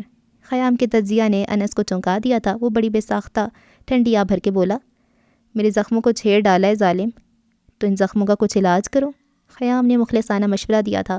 وہ ان دونوں کے درمیان عجیب سی اجنبیت کی دیوار کھڑی محسوس کر کے قدر متفکر تھا۔ تب بھی اس نے واپس آنے سے قبل موقع پا کر اپنے خدشے کا اظہار کر دیا تھا۔ شفا کچھ پل کے لیے خیام کے درست اندازے پر ساکت رہ گئی تھی، مگر پھر نہ جانے کس رو میں اس نے برسوں کی خوف اذیت اور دکھ کے ساتھ انس کے موجودہ رویے کا بھی ذکر کر دیا تھا۔ انس کی ناپسندیدگی کے باوجود ان کے ساتھ رہنا میری اپنی خواہش ہے۔ ان کی ہر تلخی کو سہنا، ہر تکلیف کو برداشت کرنا میرے صبر کی آزمائش ہے۔ پر اب پانی سر سے اونچا ہو گیا، میں سب کچھ سہ سکتی ہوں مگر یہ نہیں۔ وہ لہرستے ہونٹوں پر ہاتھ رکھے سسک رہی تھی۔ تب خیام نے عجیب سی گھبراہٹ کے ساتھ بہت عجلت میں پوچھا تھا، مگر یہ کیا نہیں؟ اس بات کا جواب شفا نہیں دے سکی۔ پھر پورے 2 ماہ بعد اسے اپنی بہن کے آنسوں اور تکلیف کا جواب مل ہی گیا تھا۔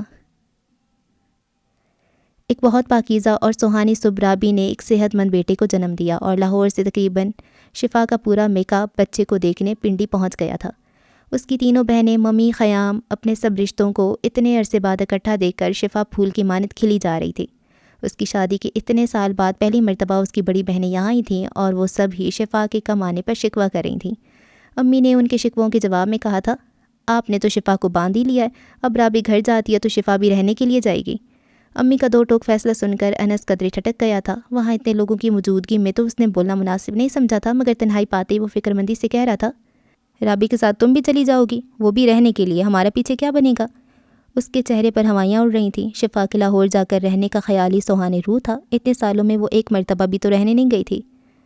تو کیا میں اپنے میکے نہیں جا سکتی؟ وہ رونقی سی بولی۔ انس کچھ دیر کے لیے چپ سا ہو گیا تھا۔ میں نے یہ کب کہا ہے؟ جاؤ، شوق سے جاؤ۔ کچھ دیر بعد وہ خفگی سے بولا، تو جاؤں گی، ضرور جاؤں گی، میرا بھی دل نہیں کرتا اپنے بہن بھائی سے ملنے کو۔ شفا نے رکھائی سے کہا، بہن بھائی سب مل تو گئے ہیں۔ انس تڑخا، ویسے یہاں سے فرار کے بہانے ڈھونڈتی ہو۔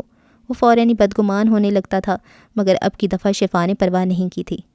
تم فکر مت کرو، اچھا میں کچھ دن تک تمہیں لاہور لے جاؤں گا، ابھی مت جاؤ۔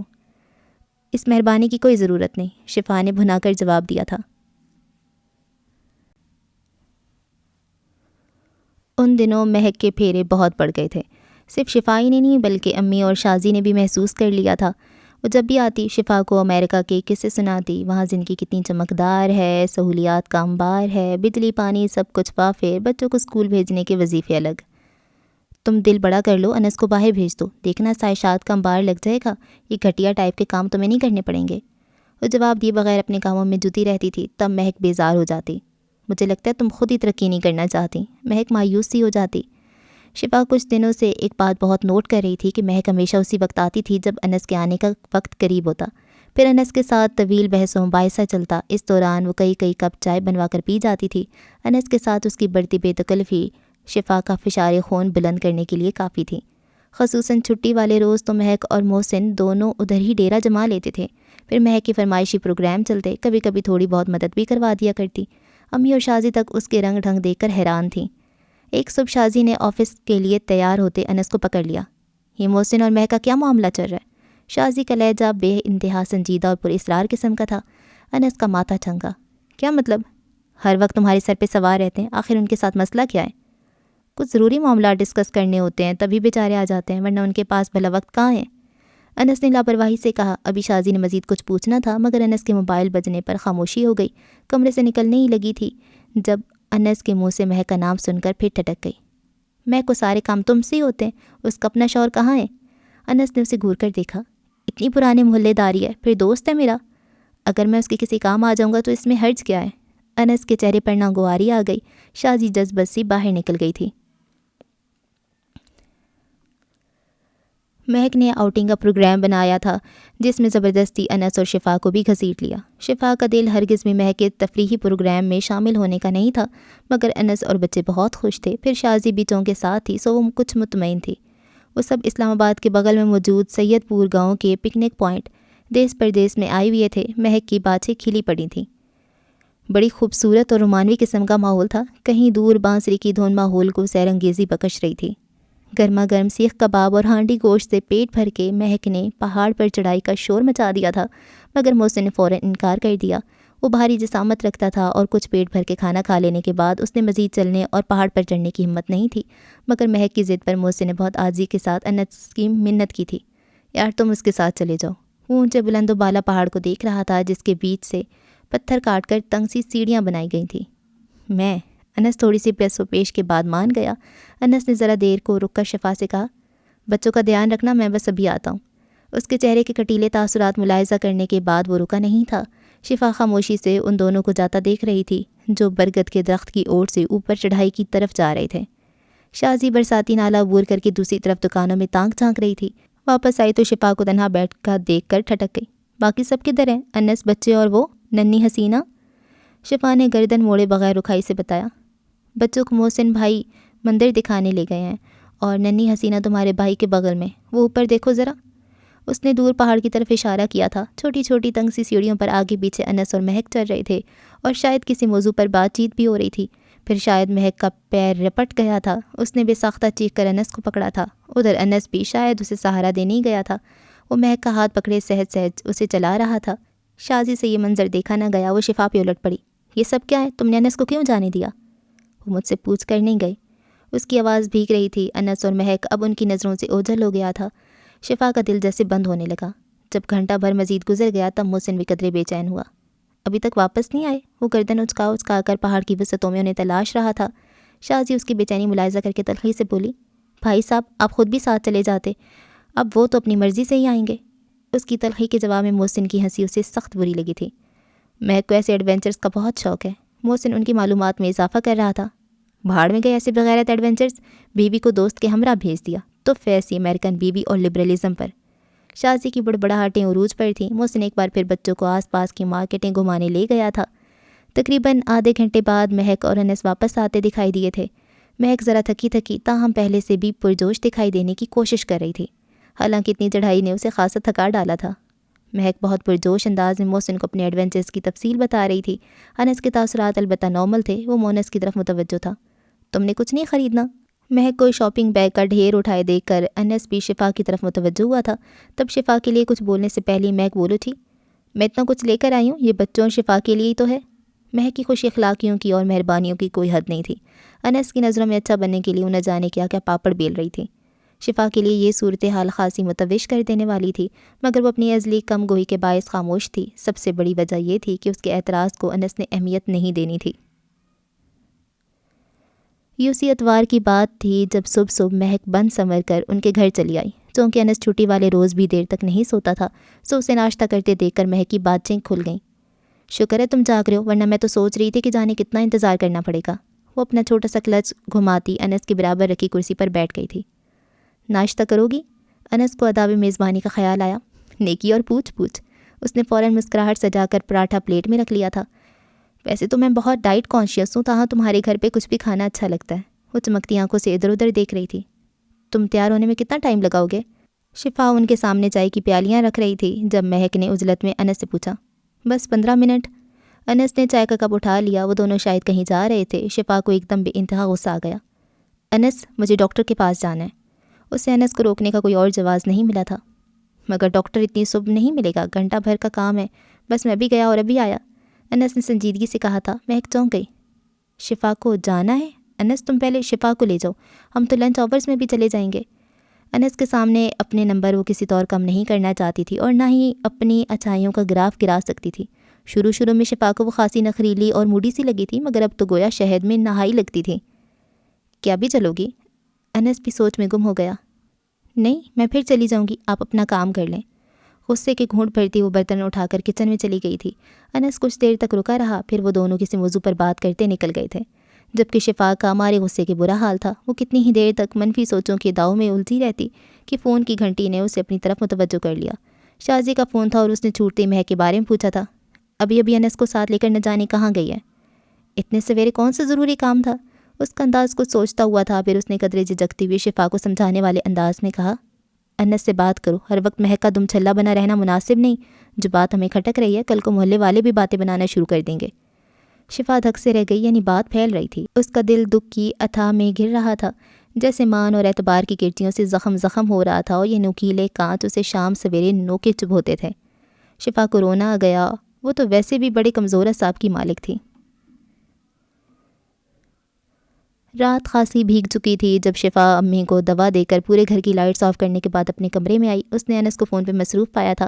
آج کل تو اس کے کانوں سے فون ہٹتا ہی نہیں تھا، مگر فی الحال انس نے شفا کو دے کر فون ایک طرف رکھ دیا۔ اس کا شفا کے ساتھ باتیں کرنے کا ارادہ تھا، سو اسے کپڑے اٹھا کر کونے میں رکھے آئرن سٹینڈ کی طرف بڑھتا دیکھ کر ٹھنڈی آ بھر کر بولا، ہر وقت تو بن باورچن سوئپ پر بنی نظر آتی ہو، کسی ٹائم بیوی بھی بن جایا کرو۔ محبوبہ کی ڈیمانڈ کرنا تو سراسر فضول ہے۔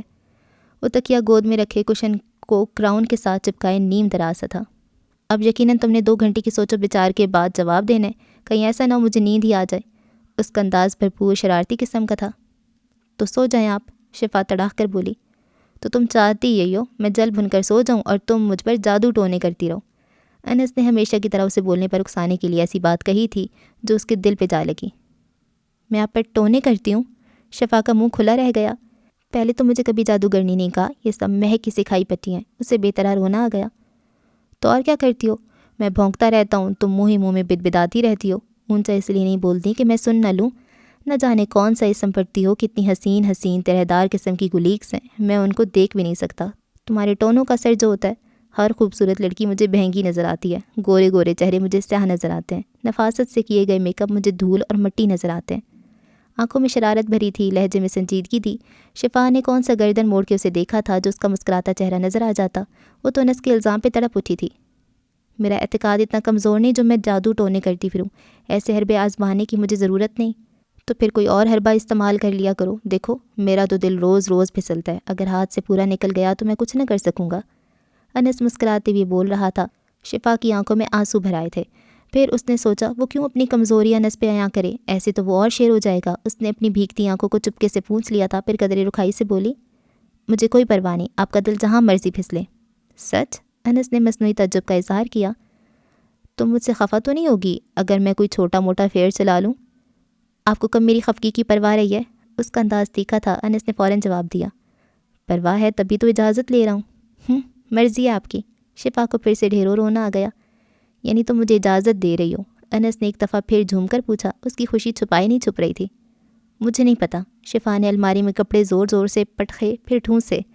پھاڑ میں جائیے گھر اور آپ۔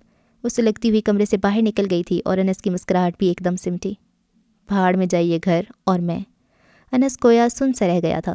یہ شفا بول کر گئی تھی؟ اسے گویا یقین نہیں آ رہا تھا، اور اسے صبح تک بھی یقین نہیں آیا تھا۔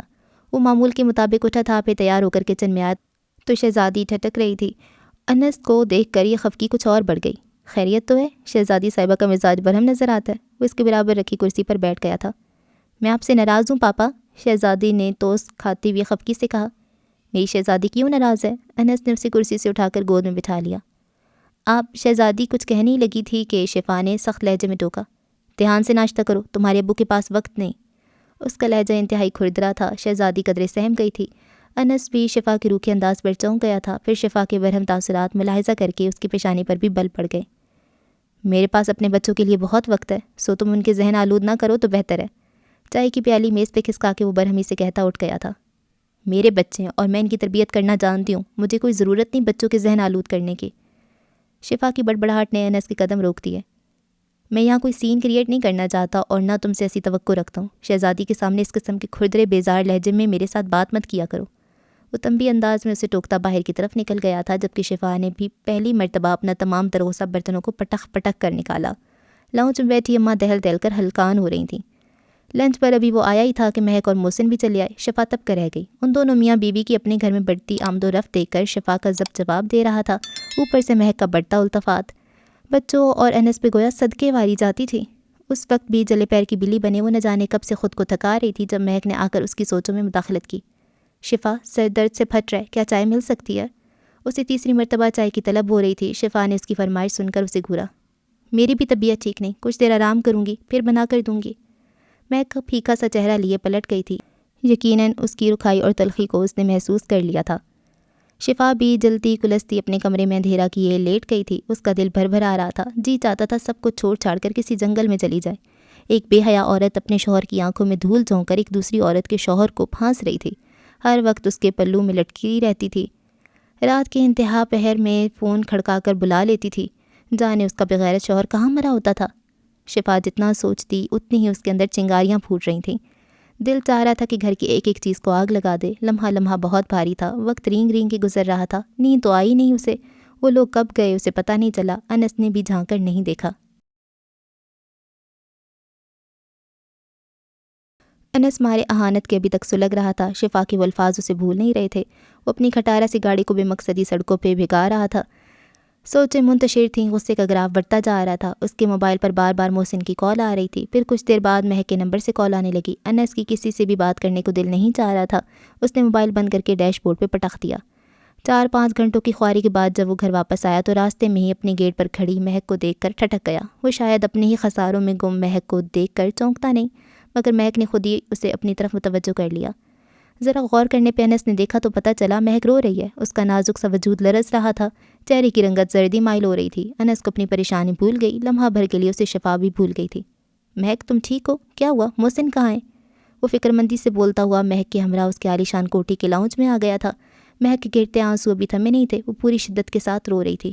انس میرا بھرم ٹوٹ گیا، میں برباد ہو گئی۔ مہک کے آنسوؤں میں اور شدت آ گئی تھی۔ انس کو عجیب سی گھبراہٹ ہونے لگی۔ آخر ہوا کیا ہے؟ محسن کہاں ہے؟ انس نے روتی ہوئی مہک کو بازوؤں سے پکڑ کر جھنجھوڑا۔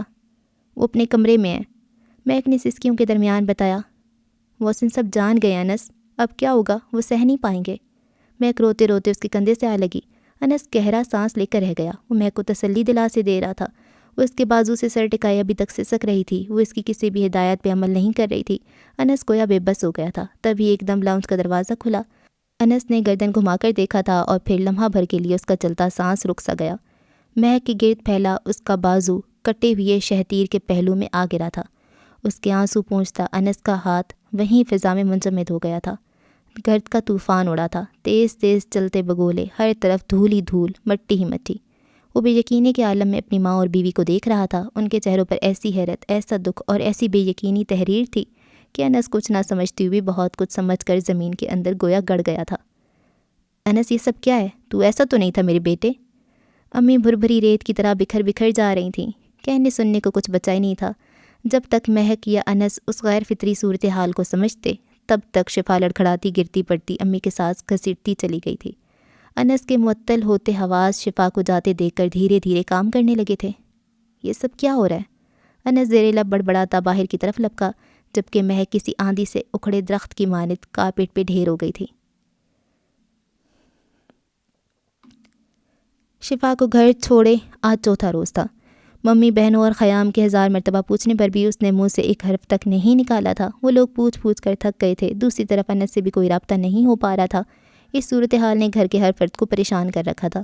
شفا کی بس ایک ہی رٹ تھی، مجھے اس گھر میں واپس نہیں جانا۔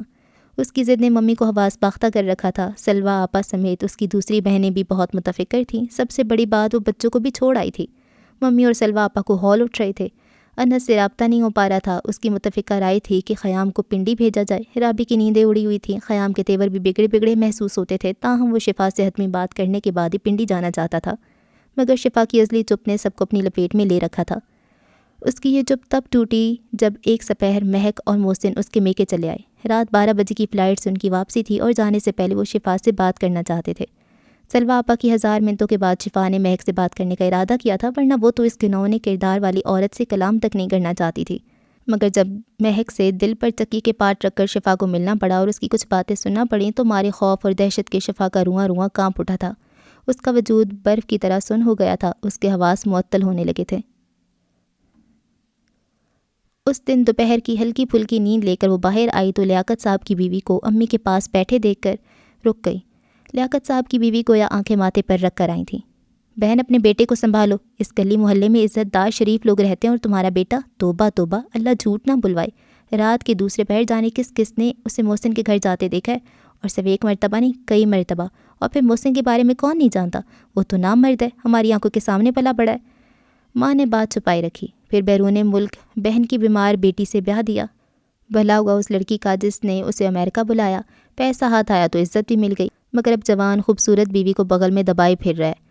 بہو بیٹیوں والی ہوں، بات کچھ زیب نہیں دیتی، پر ایک بات سن لو، تمہارے بیٹے کا چلن درست نہیں۔ اس امریکی عورت نے تمہارے بیٹے کو اپنے دام میں الجھا لیا ہے، لوگ تھو تھو کر رہے ہیں، کچھ تو آنکھیں کھول کر دیکھو۔ اس عورت کے شعلے برساتے لفظوں نے شفا کے ساتھ ساتھ امی کے وجود کو بھی سوکھا بالن بنا دیا تھا۔ وہ دونوں ایک دوسرے سے ایسے نظر چرانے لگیں کہ ذرا سی بھی زمین پھٹتی اور اس میں سما جاتی۔ امی کو اپنے بیٹے پر اتنا یقین تھا کہ پہاڑ بھی ٹوٹ پڑتے، مگر ان کا یقین ہلکا نہ ہوتا۔ ادھر شفا کا اعتبار، یقین، اعتماد، محبت سب ریزہ ریزہ ہو گئی تھی۔ اسے لگتا تھا وہ کبھی سر اٹھا کر جی ہی نہیں پائے گی۔ وہ اپنے وہموں کو بے بنیاد سمجھتی رہی، اپنے خدشوں کو جھٹلاتی رہی، مگر حقیقت تب اپنی کریہا صورت لے کر نمودار ہوئی جب اس شام انس اپنے گھر پہ نہیں آیا تھا۔ امی کے ساتھ ساتھ شفا کے دل کو بھی پتنگے لگے ہوئے تھے اور وہ دونوں 1000 دفعہ گیٹ سے باہر جھانک آئی تھیں۔ ان کی کئی گھنٹوں سے انتظار میں جمی آنکھوں کو قرار تب آیا جب انس کی کار گیٹ پہ رکی۔ وہ دونوں ساس بہو دروازے پر آئی تھیں، مگر ان کے آنے سے پہلے ہی انس کے سامنے والے گھر کے گیٹ کو عبور کر گیا تھا۔ نہ جانے کون سی ایسی قوت تھی جو امی کو کھینچ گھسیٹ کر محسن کے گھر لے آئی تھی۔ شفا تو امی کے ساتھ گھسیٹتی جا رہی تھی، مگر اندر جا کر ان دونوں کے سروں پر آتش فشاں پہاڑ آ پھٹا تھا۔ نظر کو چبھن دیتا وہ منظر جس میں مہک انس کے کندھے سے سر ٹکائے آنسو بہا رہی تھی، اور اس کے وہ الفاظ، محسن سب جان گئے انس، اب کیا ہوگا، وہ سہ نہیں پائیں گے۔ مہک کی روتی آواز، انس کے نرم سے دلا سے، امی اور شفا کی آنکھیں اور دل پھٹتا جا رہا تھا۔ قریب تھا کہ وہ دونوں چیخ چیخ کر پورے جہاں کو اکٹھا کر لیتی، مگر عزت کی ماری ان دونوں عورتوں کو رسوائی گوارا نہیں تھی۔ یہ محض انس کو آلودہ نظروں سے دیکھ کر پلٹ آئی تھی۔ ان نظروں کی اذیت کو صرف انس ہی محسوس کر سکتا تھا۔ پھر شفا بغیر کچھ کہے سنے جھگڑے شکوہ کیے اسی خاموشی کے ساتھ اس کا گھر چھوڑ گئی تھی، جس خاموشی کے ساتھ دلہن بن کر انس کے گھر آئی تھی۔ انس کے روکنے، اس کے منت کرنے، سمجھانے، وضاحت دینے کے باوجود وہ اپنے فیصلے سے 1 انچ بھی پیچھے نہیں ہٹی تھی۔ حالانکہ انس کی ماں بھی اسے روکتی رہیں، التجائیں کرتی رہیں، بیٹی ایک دفعہ اس کی بات تو سن لو۔ وہ دروازے تک اس کے پیچھے آئی تھیں، کم از کم ایک موقع تو دو، اسے وضاحت کرنے کی مہلت تو دو، جلد بازی میں اپنا آشیانہ مت بکھیرو۔ وضاحتوں کا وقت گزر گیا ہے، میرے ضبط اور صبر کی انتہا ہو چکی ہے، اگر میں یہاں مزید رکی تو خود کو ختم کر لوں گی۔ پچھلے 6 سال کی تمام ریاستوں کو کیسے انس نے مٹی کر دیا تھا، وہ بھلا اس کی نگاہ میں دوبارہ کھڑا ہو سکتا تھا؟ اسے اپنے پاپا کے فیصلے پر بری طرح رونا آیا۔ میں تمہارا زیادہ وقت نہیں لوں گا۔ اس کی آواز بہت بوجھل تھی۔ مہک نے آج بھی گہرا میک اپ کر رکھا تھا، وہ آج بھی مہنگی ترین خوشبوؤں میں بسی تھی، اس کا لباس بھی ہمیشہ کی طرح قیمتی تھا، ہاتھوں کی انگلیوں میں قیمتی انگوٹھیاں پہن رکھی تھیں۔ اس نے اپنی شخصیت کو بہت خوبصورت لبادے میں ڈھانپ رکھا تھا۔ شفا نے ایک زہریلی نگاہ اس کا جائزہ لے کر سر جھکا لیا، وہ مزید اس کا چہرہ دیکھنا نہیں چاہتی تھی۔ سمجھ میں نہیں آتا کہاں سے شروع کروں، مگر تمہیں بتانا تو ہے، اور جب تک کچھ بتاؤں گی نہیں تم سچائی کو کیسے جان پاؤ گی؟ وہ ہاتھ ملتے ہوئے کسی سخت اذیت کا شکار تھی۔ شفا کو اس کی آواز بھیگی محسوس ہو رہی تھی۔ کچھ دیر کی خاموشی کے بعد اس نے پھر سے کہنا شروع کیا تھا۔ ہم 6 بہن بھائی ہیں۔ ہمارے سیدھے سادے دیہاتی والدین تھے۔ پاپا کی خوش نصیبی انہیں 40 سال پہلے امریکہ لے گئی تھی۔ تب امریکہ کی ویزے ملنا بہت مشکل نہیں تھا۔ ماما سے شادی پاپا کے امریکہ چلے جانے کے 10 سال بعد ہوئی تھی۔ یہ خالصتاً کزن میرج تھی۔ ہمارے سیدھے سادے والدین کے بچے بہت تیز ترار زمانہ ساز قسم کے تھے۔ پڑھائی میں تو کوئی بھی نہ چل سکا، مگر ذات معاشرے میں پروان چڑھنے کے باعث دنیا داری بہت سیکھ لی۔ ہمارے رنگ ڈھنگ، رہن سہن اور امریکی معاشرے کی گہری چھاپ ہمارے باپ کو بڑی جلدی دل چھوڑنے پر مجبور کر گئی تھی۔ وہ اتنے سیدھے تھے کہ اپنے بچوں کو کنٹرول ہی نہ کر سکے۔ مہک کی ٹوٹتی آواز میں تھکن کی کرچیاں چبھ رہی تھیں۔ شفا کو بھلا اس کی قصے کہانیوں سے کیا دلچسپی ہو سکتی تھی، مگر ہمیشہ کی طرح وہ لفظ یہ مہک داستان سن رہی تھی۔ قصہ مختصر، میرے سب بہن بھائی اپنے ہی گھر میں اپنی من پسند زندگی گزار رہے تھے۔ کھلے عام محفلیں سجتیں، دونوں بہنوں نے ہندو لڑکوں سے شادی کر لی، بھائی بھی بدھ مت لڑکیوں کو بیاہ لائے، امی کونے میں بیٹھی سے سکتی رہتی۔ میں خود کو اپنے بہن بھائیوں سے مختلف نہیں سمجھتی تھی، مگر میرے اندر ان کو برائی کرتے دیکھ کر کبھی گناہ کرنے یا برائی کرنے کی خواہش پیدا نہیں ہوئی۔ میں شروع سے بہت خوبصورت اور کم گو قسم کی لڑکی تھی۔ بچپن میں میری خوبصورتی سے لوگ بہت متاثر رہا کرتے تھے، مگر جیسے جیسے میں بڑی ہوتی گئی میرا وجود ہلکا پھلکا ہوتا گیا، یعنی میری صحت بگڑتی گئی۔ مگر گھر میں کسی کے پاس فرصت نہیں تھی جو مجھے ڈاکٹر کے پاس لے جاتا۔ ماں میں اتنے گٹس ہی نہیں تھے، انہیں تو عمر بھر بولنا ہی نہیں آیا تھا۔ ساری زندگی ایک چپ کے ساتھ گزار دی۔ بہت سال گزر جانے کے بعد مجھے پتہ چلا کہ میری ماں کی خاموشی میں چھپے درد کی آخر وجہ کیا تھی۔ میری بیماری گھر کے 4 دیواری تک محدود تھی۔ مجھے کوئی ڈاکٹر علاج کے لیے نہ ملا، نہ میں نے علاج کی طرف توجہ دی۔ بس مجھے کھانے کی عادت تھی اور میں ٹوکریاں بھر بھر کے فروٹ کھاتی، جوس پیتی تھی، سو میری صحت خود بخود بحال ہونے لگی۔ انہی دنوں ماں نے میرا رشتہ اپنے بھانجے سے طے کر دیا۔ ہمارا نکاح ہو گیا، پھر محسن امریکہ آ گیا۔ محسن کے امریکہ آنے سے 2 دن پہلے میں اچانک بے ہوش ہو گئی۔ مجھے ایمبولینس بلوا کر اسپتال پہنچایا گیا اور پھر میری زندگی کے ایک اور تاریک دور کا آغاز ہوا۔ میرے اندر ایڈز کے جراثیم پائے گئے تھے۔ میں زندہ ہونے سے پہلے ہی مر گئی۔ میری بیماری کا میرے بہن بھائیوں کو پتہ چلا تو انہوں نے مجھے چھوت کا مریض سمجھ کر ایک کونے سے چپکا دیا۔ میرے اپنے ہی گھر میں ایک کمرے کے علاوہ کسی دوسری جگہ داخلہ منع ہو گیا۔ میری بھابیاں مجھے کچن میں گھسنے نہیں دیتی تھیں۔ میرے ساتھ کسی کتے کی طرح سلوک کیا جاتا۔ میرے گھر والے مجھے گھر سے نکالنے کے پروگرام بنا رہے تھے، مگر انہی دنوں میری ماں مر گئیں۔ ماں کو دفنا کر بھائیوں نے مشترکہ فیصلہ کیا کہ مجھے کسی اسپتال میں پہنچا دینا چاہیے، مگر یہ معاملہ التوا میں تب پڑا جب محسن امریکہ آ گیا۔ وہ ایک کم صورت اور شریف نوجوان تھا۔ مجھے محسن اپنے باپ جیسا سیدھا اور معصوم لگا۔ وہ ایک محنتی جوان تھا جو پاکستان سے اپنے گھر والوں کو بہترین زندگی دینے کے خواب لے کر دنیا کے اس کونے میں آیا تھا۔ محسن نے بتایا وہ نارمل نہیں ہے اور وہ صرف اپنے ماں باپ کی مجبور کرنے پر نیشنلٹی کے لالچ میں امریکہ آیا ہے۔ وہ چاہتا تھا مجھے آزاد کر دے تاکہ میں اپنی زندگی نئے سرے سے شروع کروں، مگر میری خواہش پر وہ ہمیشہ خاموش ہو جاتا تھا۔ میرے بھائیوں نے مجھے باپ کی جائیداد یعنی اکلوتے مکان سے بے دخل کر دیا، اور یہ محسن ہی تھا جس کی بدولت میں نے پھر سے جینا شروع کیا۔ وہ بہت محنتی تھا، اس نے بہت محنت کی، پاکستان سے اپنے بھائیوں کو بلا کر سیٹ کیا، اپنا سپر سٹور خریدا، پاکستان میں گھر بنایا۔ مگر جب ہم سب کچھ حاصل کر چکے تب میرے بھائیوں اور محسن کے بھائیوں نے ہم پر اپنی کمینگی کے باعث زندگی تنگ کر دی۔ انہوں نے ہمارا فلیٹ ہتھیا لیا اور سٹور پہ قبضہ کر لیا۔ محسن اتنے دل برداشتہ ہوئے کہ پولیس کو اطلاع کیے بغیر پاکستان آ گئے۔ بقول محسن کے انہیں مادی چیزوں کی ضرورت نہیں تھی، بعد میں تو محسن کے بھائیوں نے استعمال کرنا تھا، سب انہوں نے ابھی لے لیا، کیا حرج ہے۔ میں پاکستان نہیں آنا چاہتی تھی، مجھے رشتوں سے عجیب سی نفرت ہو گئی تھی۔ محسن سے بھی ضد کی، لڑائی بھی کی، پاکستان کو اور پاکستانی کو برا بھلا کہا، مگر محسن اپنی بات سے نہ ہٹے۔ یہاں پاکستان میں آ کر جب میں انس سے ملی، انس کی فیملی سے ملی، تو میرے اندر ایک مکمل گھر کی تشنگی کم ہونے لگی۔ تمہارے بچوں کو پیار کرنا، چھونا، ان کے لیے تحفے لانا میرا معمول بن گیا۔ جب میں پہلی مرتبہ تمہارے گھر میں آئی تو میرا رویہ بڑا تلخ تھا، شاید تم مجھے مغرور سمجھی تھی، مگر ایسا نہیں تھا۔ میں رشتہ داروں کی خوشامد اور چاپلوسی سے عاجز تھی۔ پھر تمہارا لیا دیا رویہ دیکھا تو حیران رہ گئی، مجھے تم اپنے رشتہ داروں سے مختلف لگی تھی۔ پھر انس اور تمہاری بھرپور فیملی کو دیکھ کر مجھے لگتا میرا کچھ کھو گیا ہے، میرا وہ قیمتی وقت جو میں نے امریکہ میں گزار کر ضائع کیا۔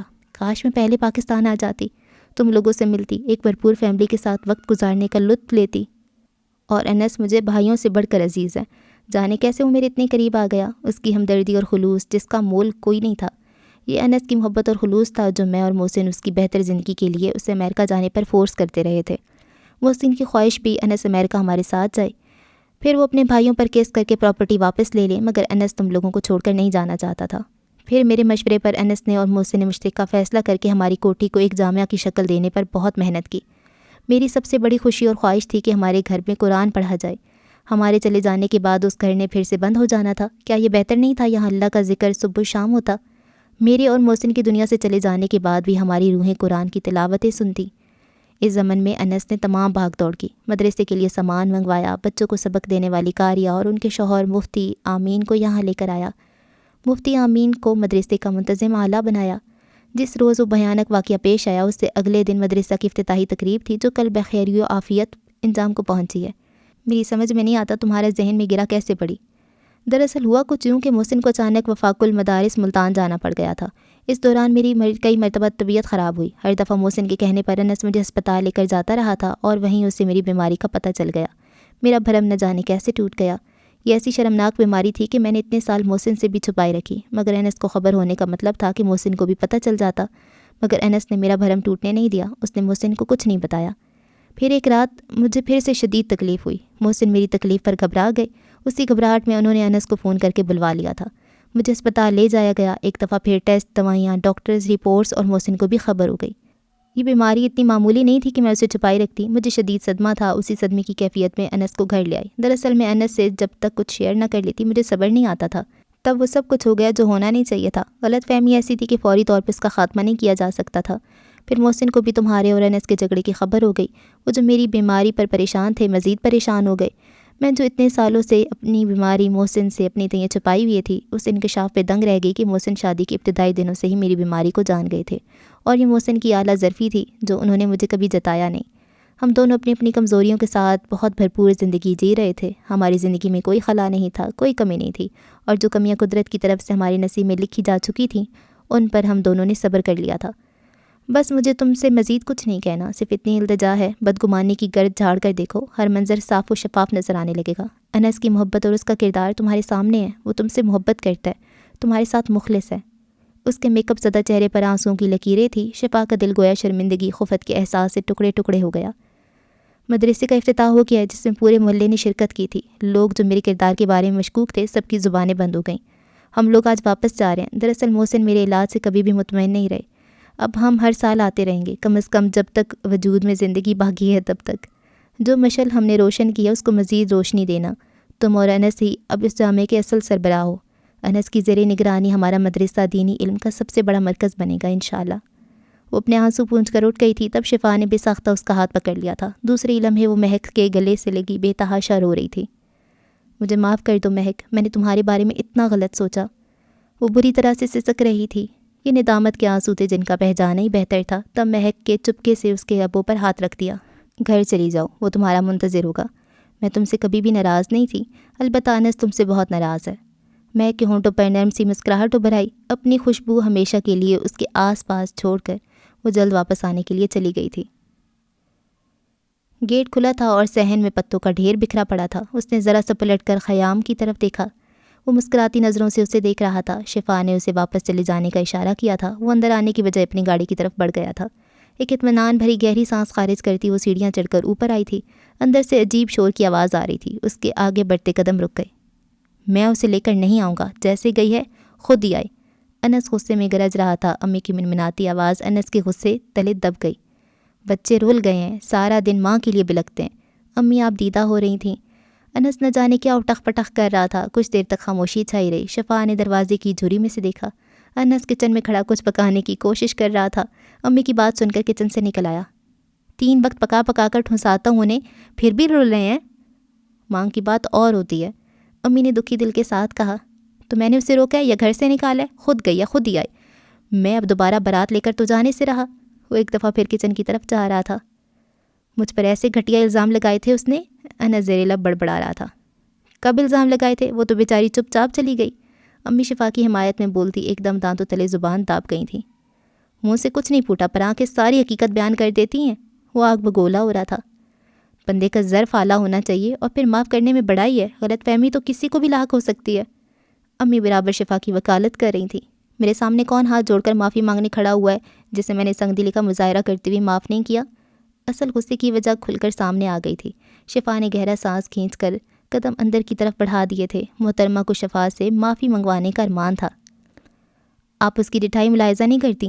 ایک تو چوری، اوپر سے سینہ زوری۔ بچوں کی پرواہ نہیں کی، ایک فون تک نہیں کیا۔ مہک اور محسن خواہ مخواہ صفائیاں پیش کرنے لاہور بھاگے۔ میں نے منع بھی کیا تھا، وہ جان بوجھ کر گھر چھوڑ کر گئی ہے، یہاں اس کا دل نہیں لگتا۔ ایک دن بھی خوش نظر نہیں آئی، جب بھی دیکھا منہ پر 12 بجتے ہی دیکھا۔ ماں باپ نے زبردستی جو میرے ساتھ باندھ دیا تھا۔ اچھا ہے، اپنی من پسند زندگی گزارے، مجھے کسی پر مزید مسلط نہیں ہونا۔ اپنے بچوں کو میں خود پال لوں گا، عمر بھر بچوں کی شکل دیکھنے نہیں دوں گا اسے۔ وہ غصے سے بڑبڑاتا اچانک آنے والی آندھی پر بکھلا گیا تھا۔ ادھر سے ادھر بھاگتے ہوئے کھڑکیاں دروازے بند کر کے وہ اپنے کمرے کی طرف آیا تھا۔ یہ طوفان کہاں سے آ گیا؟ وہ کھڑکیاں دروازے بند کر رہا تھا جب ایک دم سرما کی پہلی بارش خوب جوش و خروش سے برسنے لگی۔ تب انس کے تیز تیز چلتے ہاتھ پہلو میں گر گئے۔ وہ کھڑکی کے پٹ کھول کر کھڑا ہو گیا۔ بلا ارادہ ہی شفا یاد آنے لگی تھی۔ کوئی ایسے بھی بدگمان ہوتا ہے؟ انس کو لگا بارش کی کوئی بوند اس کی آنکھ میں اتر آئی ہے۔ اس نے پلکوں کو مسلا۔ اس نے سوچا بھی کیسے، میں مہک کے ساتھ؟ کیا میں اتنا بغیرت اور بے ضمیر انسان ہوں؟ کیا ان 6 سالوں میں اس نے مجھے بس اتنا ہی جانچا اور پھر رستہ ہی بدل لیا؟ بارش کی بوندیں اس کی آنکھوں میں جمنے لگی تھیں۔ تب بھی باہر بچوں کا شور سنائی دیا۔ شہزادی اور مونس کی چیخنے کی آواز آ رہی تھی۔ امیاں آ گئیں، امیاں آ گئیں۔ وہ خوشی سے چلا رہے تھے۔ انس نے سر جھٹک کر کسی یاد سے دامن چھڑایا۔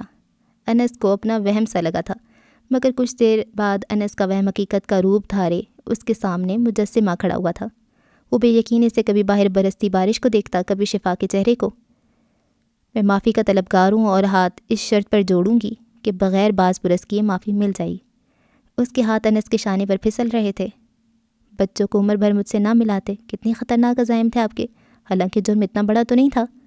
شفا کی آواز بھیگ رہی تھی۔ انس دم بخود کھڑا تھا۔ جو شخص شادی کے چوتھے روز اپنی بیوی کے میکے میں کھڑا اس کی بہن سے کہے، معذرت کے ساتھ شفا میرے معیار پہ پوری نہیں اترتی، بھلا خود بتائیے اس 4 دن کی دلہن پر کون سی قیامت بیت سکتی تھی اس وقت؟ آج شفا بول رہی تھی مگر انس خاموش تھا، لیکن وہ زیادہ دیر تک خاموش نہیں رہ سکا تھا۔ یہ الزام اسے تڑپا دینے کے لیے کافی تھا۔ تم نے میری بات سن لی، اپنے بہن کے ارشادات نہیں سنے، وہ سب کا انداز میں کلس کر بولا تھا۔ پھر شفا سے گلے وہ گلے جو اس کے اندر دبے تھے، شفا کا روٹھنا، اس کا منانا، مگر اب تو وہ روٹھا ہوا تھا اور شفا اسے منا رہی تھی۔ اس کی گنہگار آنکھوں نے یہ منظر بھی دیکھنا تھا۔ ماری خوشی کہ وہ بے حال ہو رہا تھا۔ کون سی ناراضی اور کیسی ناراضی؟ اسے شفا کا بولنا اتنا اچھا لگ رہا تھا، جی چاہ رہا تھا شفا بولتی رہے اور وہ سنتا رہے، مگر خاموشی سے سننا بھی اس کے لیے محال تھا۔ کون سے ارشادات؟ شفا چونکی۔ یہی کہ ہماری شفا بہت لاڈلی ہے، ہل کر پانی نہیں پی سکتی، منہ میں نوالا بھی خود ہی دینا پڑتا ہے، 3-4 نوکر اپوائنٹ کر لو، کھانا خود پکا لینا ورنہ باہر سے لے آنا، گھر کے کام کاج آتے نہیں، تمہیں شوہر کے ساتھ ساتھ سویپر بھی بننا ہوگا۔ وہ آنکھوں میں شرارت بھری مصنوعی غصے سے بول رہا تھا، تب شفا کا ماری حیرت کے منہ کھل گیا۔ شادی کے چوتھی رات سے بدلے بدلے رویے کی اصل وجہ سمجھ آ گئی تھی۔ وہ کیئرنگ شوہر سے ہٹلر شوہر کیسے بنا تھا، اور عجیب بات یہ تھی کہ اسے دکھ ہونے کی بجائے ہنسی آ رہی تھی۔ تمہاری سلوہ آپا نے بہت دفعہ میرے 18 طبق روشن کیے ہیں، اسے مزید بھی تفصیل بتا رہا تھا۔ تب شفا نے بے ساختہ اسے ٹوک کر حالیہ مسئلے کی طرف موڑا۔ تو آپ نے مجھے معاف کر دیا ہے؟ وہ انس سے تصدیق چاہ رہی تھی۔ معافی تو تمہیں مل ہی چکی ہے، میرے 1000 واٹ کے روشن چہرے کو دیکھ کر سمجھ میں نہیں آ رہا تمہیں؟ انس نے مسکراتے ہوئے شفا کے گلابی چہرے کو دیکھا، اگرچہ وہ پہلے سے کافی کمزور لگ رہی تھی۔ انس کو دل ہی دل میں بہت پشیمانی ہوئی۔ میں آپ سے بدگمان نہیں تھی، بس صدمے کا شکار تھی، مجھے یقین نہیں آتا تھا کہ آپ اور مہک۔ وہ دھیرے دھیرے اعتراف جرم کر رہی تھی۔ کچھ بھی بتانے کی ضرورت نہیں، میں تمہاری کیفیات سمجھتا ہوں، بس اس ساری بے ترتیبی میں ایک چیز تو بالآخر واضح ہو گئی کہ تمہیں مجھ سے محبت ہے۔ وہ سنجیدگی سے بولتا ہوا آخر میں تھوڑا شرارتی ہو گیا تھا۔ تب شفا بھی قدرے ہلکے پھلکے انداز میں مسکرا دی۔ اس کے وجود پہ چھایا غبار ہٹ گیا تھا، اور اس بے ترتیبی، ہلکی سی بدگمانی اور میرے آپ کے خاموش جھگڑے میں مجھ پر بھی ایک انکشاف ہوا کہ آپ مجھ سے کتنی محبت کرتے ہیں، اور میں آپ پر مسلط بھی نہیں، اور نہ آپ مجھ پر مسلط کیے گئے ہیں۔ آپ کی محبت تو یوں ظاہر ہو گئی تھی کہ ہر روز خیام کو فون کر کے میری خیریت پوچھتے تھے، سلوہ اور ماورا آپا کے الگ سے کان کھا رکھے تھے۔ یہ اور بات ہے کہ آپ کی اناب کو لاہور جانے نہیں دیتی تھی، مگر آپ مجھ سے اتنی محبت کرتے ہیں کہ میرے لیے محسن بھائی اور مہک کی اتنی پرکشش امریکہ جانے کی آفر تک کو ٹھکرا دیا۔ آپ مجھے اور بچوں کو اکیلا چھوڑ کر نہیں جانا چاہتے تھے۔ میں نے ایسے اتنے سال سے سکتے ہوئے گزار دیے کہ آپ کو میری پرواہ نہیں۔ شفا بھی جواباً انس کے کچھ پول کھولتی، اس کی محبت پہ شاداں سی شہزادی اور مونس کو پکار کر باہر کی طرف لپک رہی تھی، جو چیخ چیخ کر سارا گھر سر پہ اٹھائے ہوئے تھے۔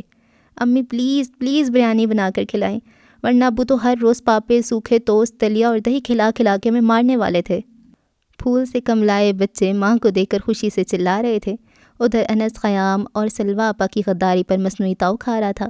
پھر مسکراتے ہوئے خیام کو کال کر کے چھیڑنے لگا، میرے راز لیک آؤٹ کیے ہیں بیٹا، کبھی تمہاری باری بھی آ جائے گی۔ جاون خیام کا کہکا سنائی دے رہا تھا۔ انس نے مسکراتے ہوئے کھڑکی سے باہر جھانکا۔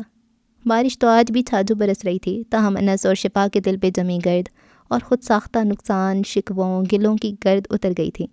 دھول مٹی اور گرد کے پار روشن سویرا ابھر رہا تھا۔ ہائے، یہ ناول کمپلیٹ ہو گیا اور مجھے اتنی خوشی ہو رہی ہے، اتنی خوشی ہو رہی ہے، ایسے لگ رہا ہے کہ شفا میری بہن ہے اور یہ میرا بہنوئی ہے۔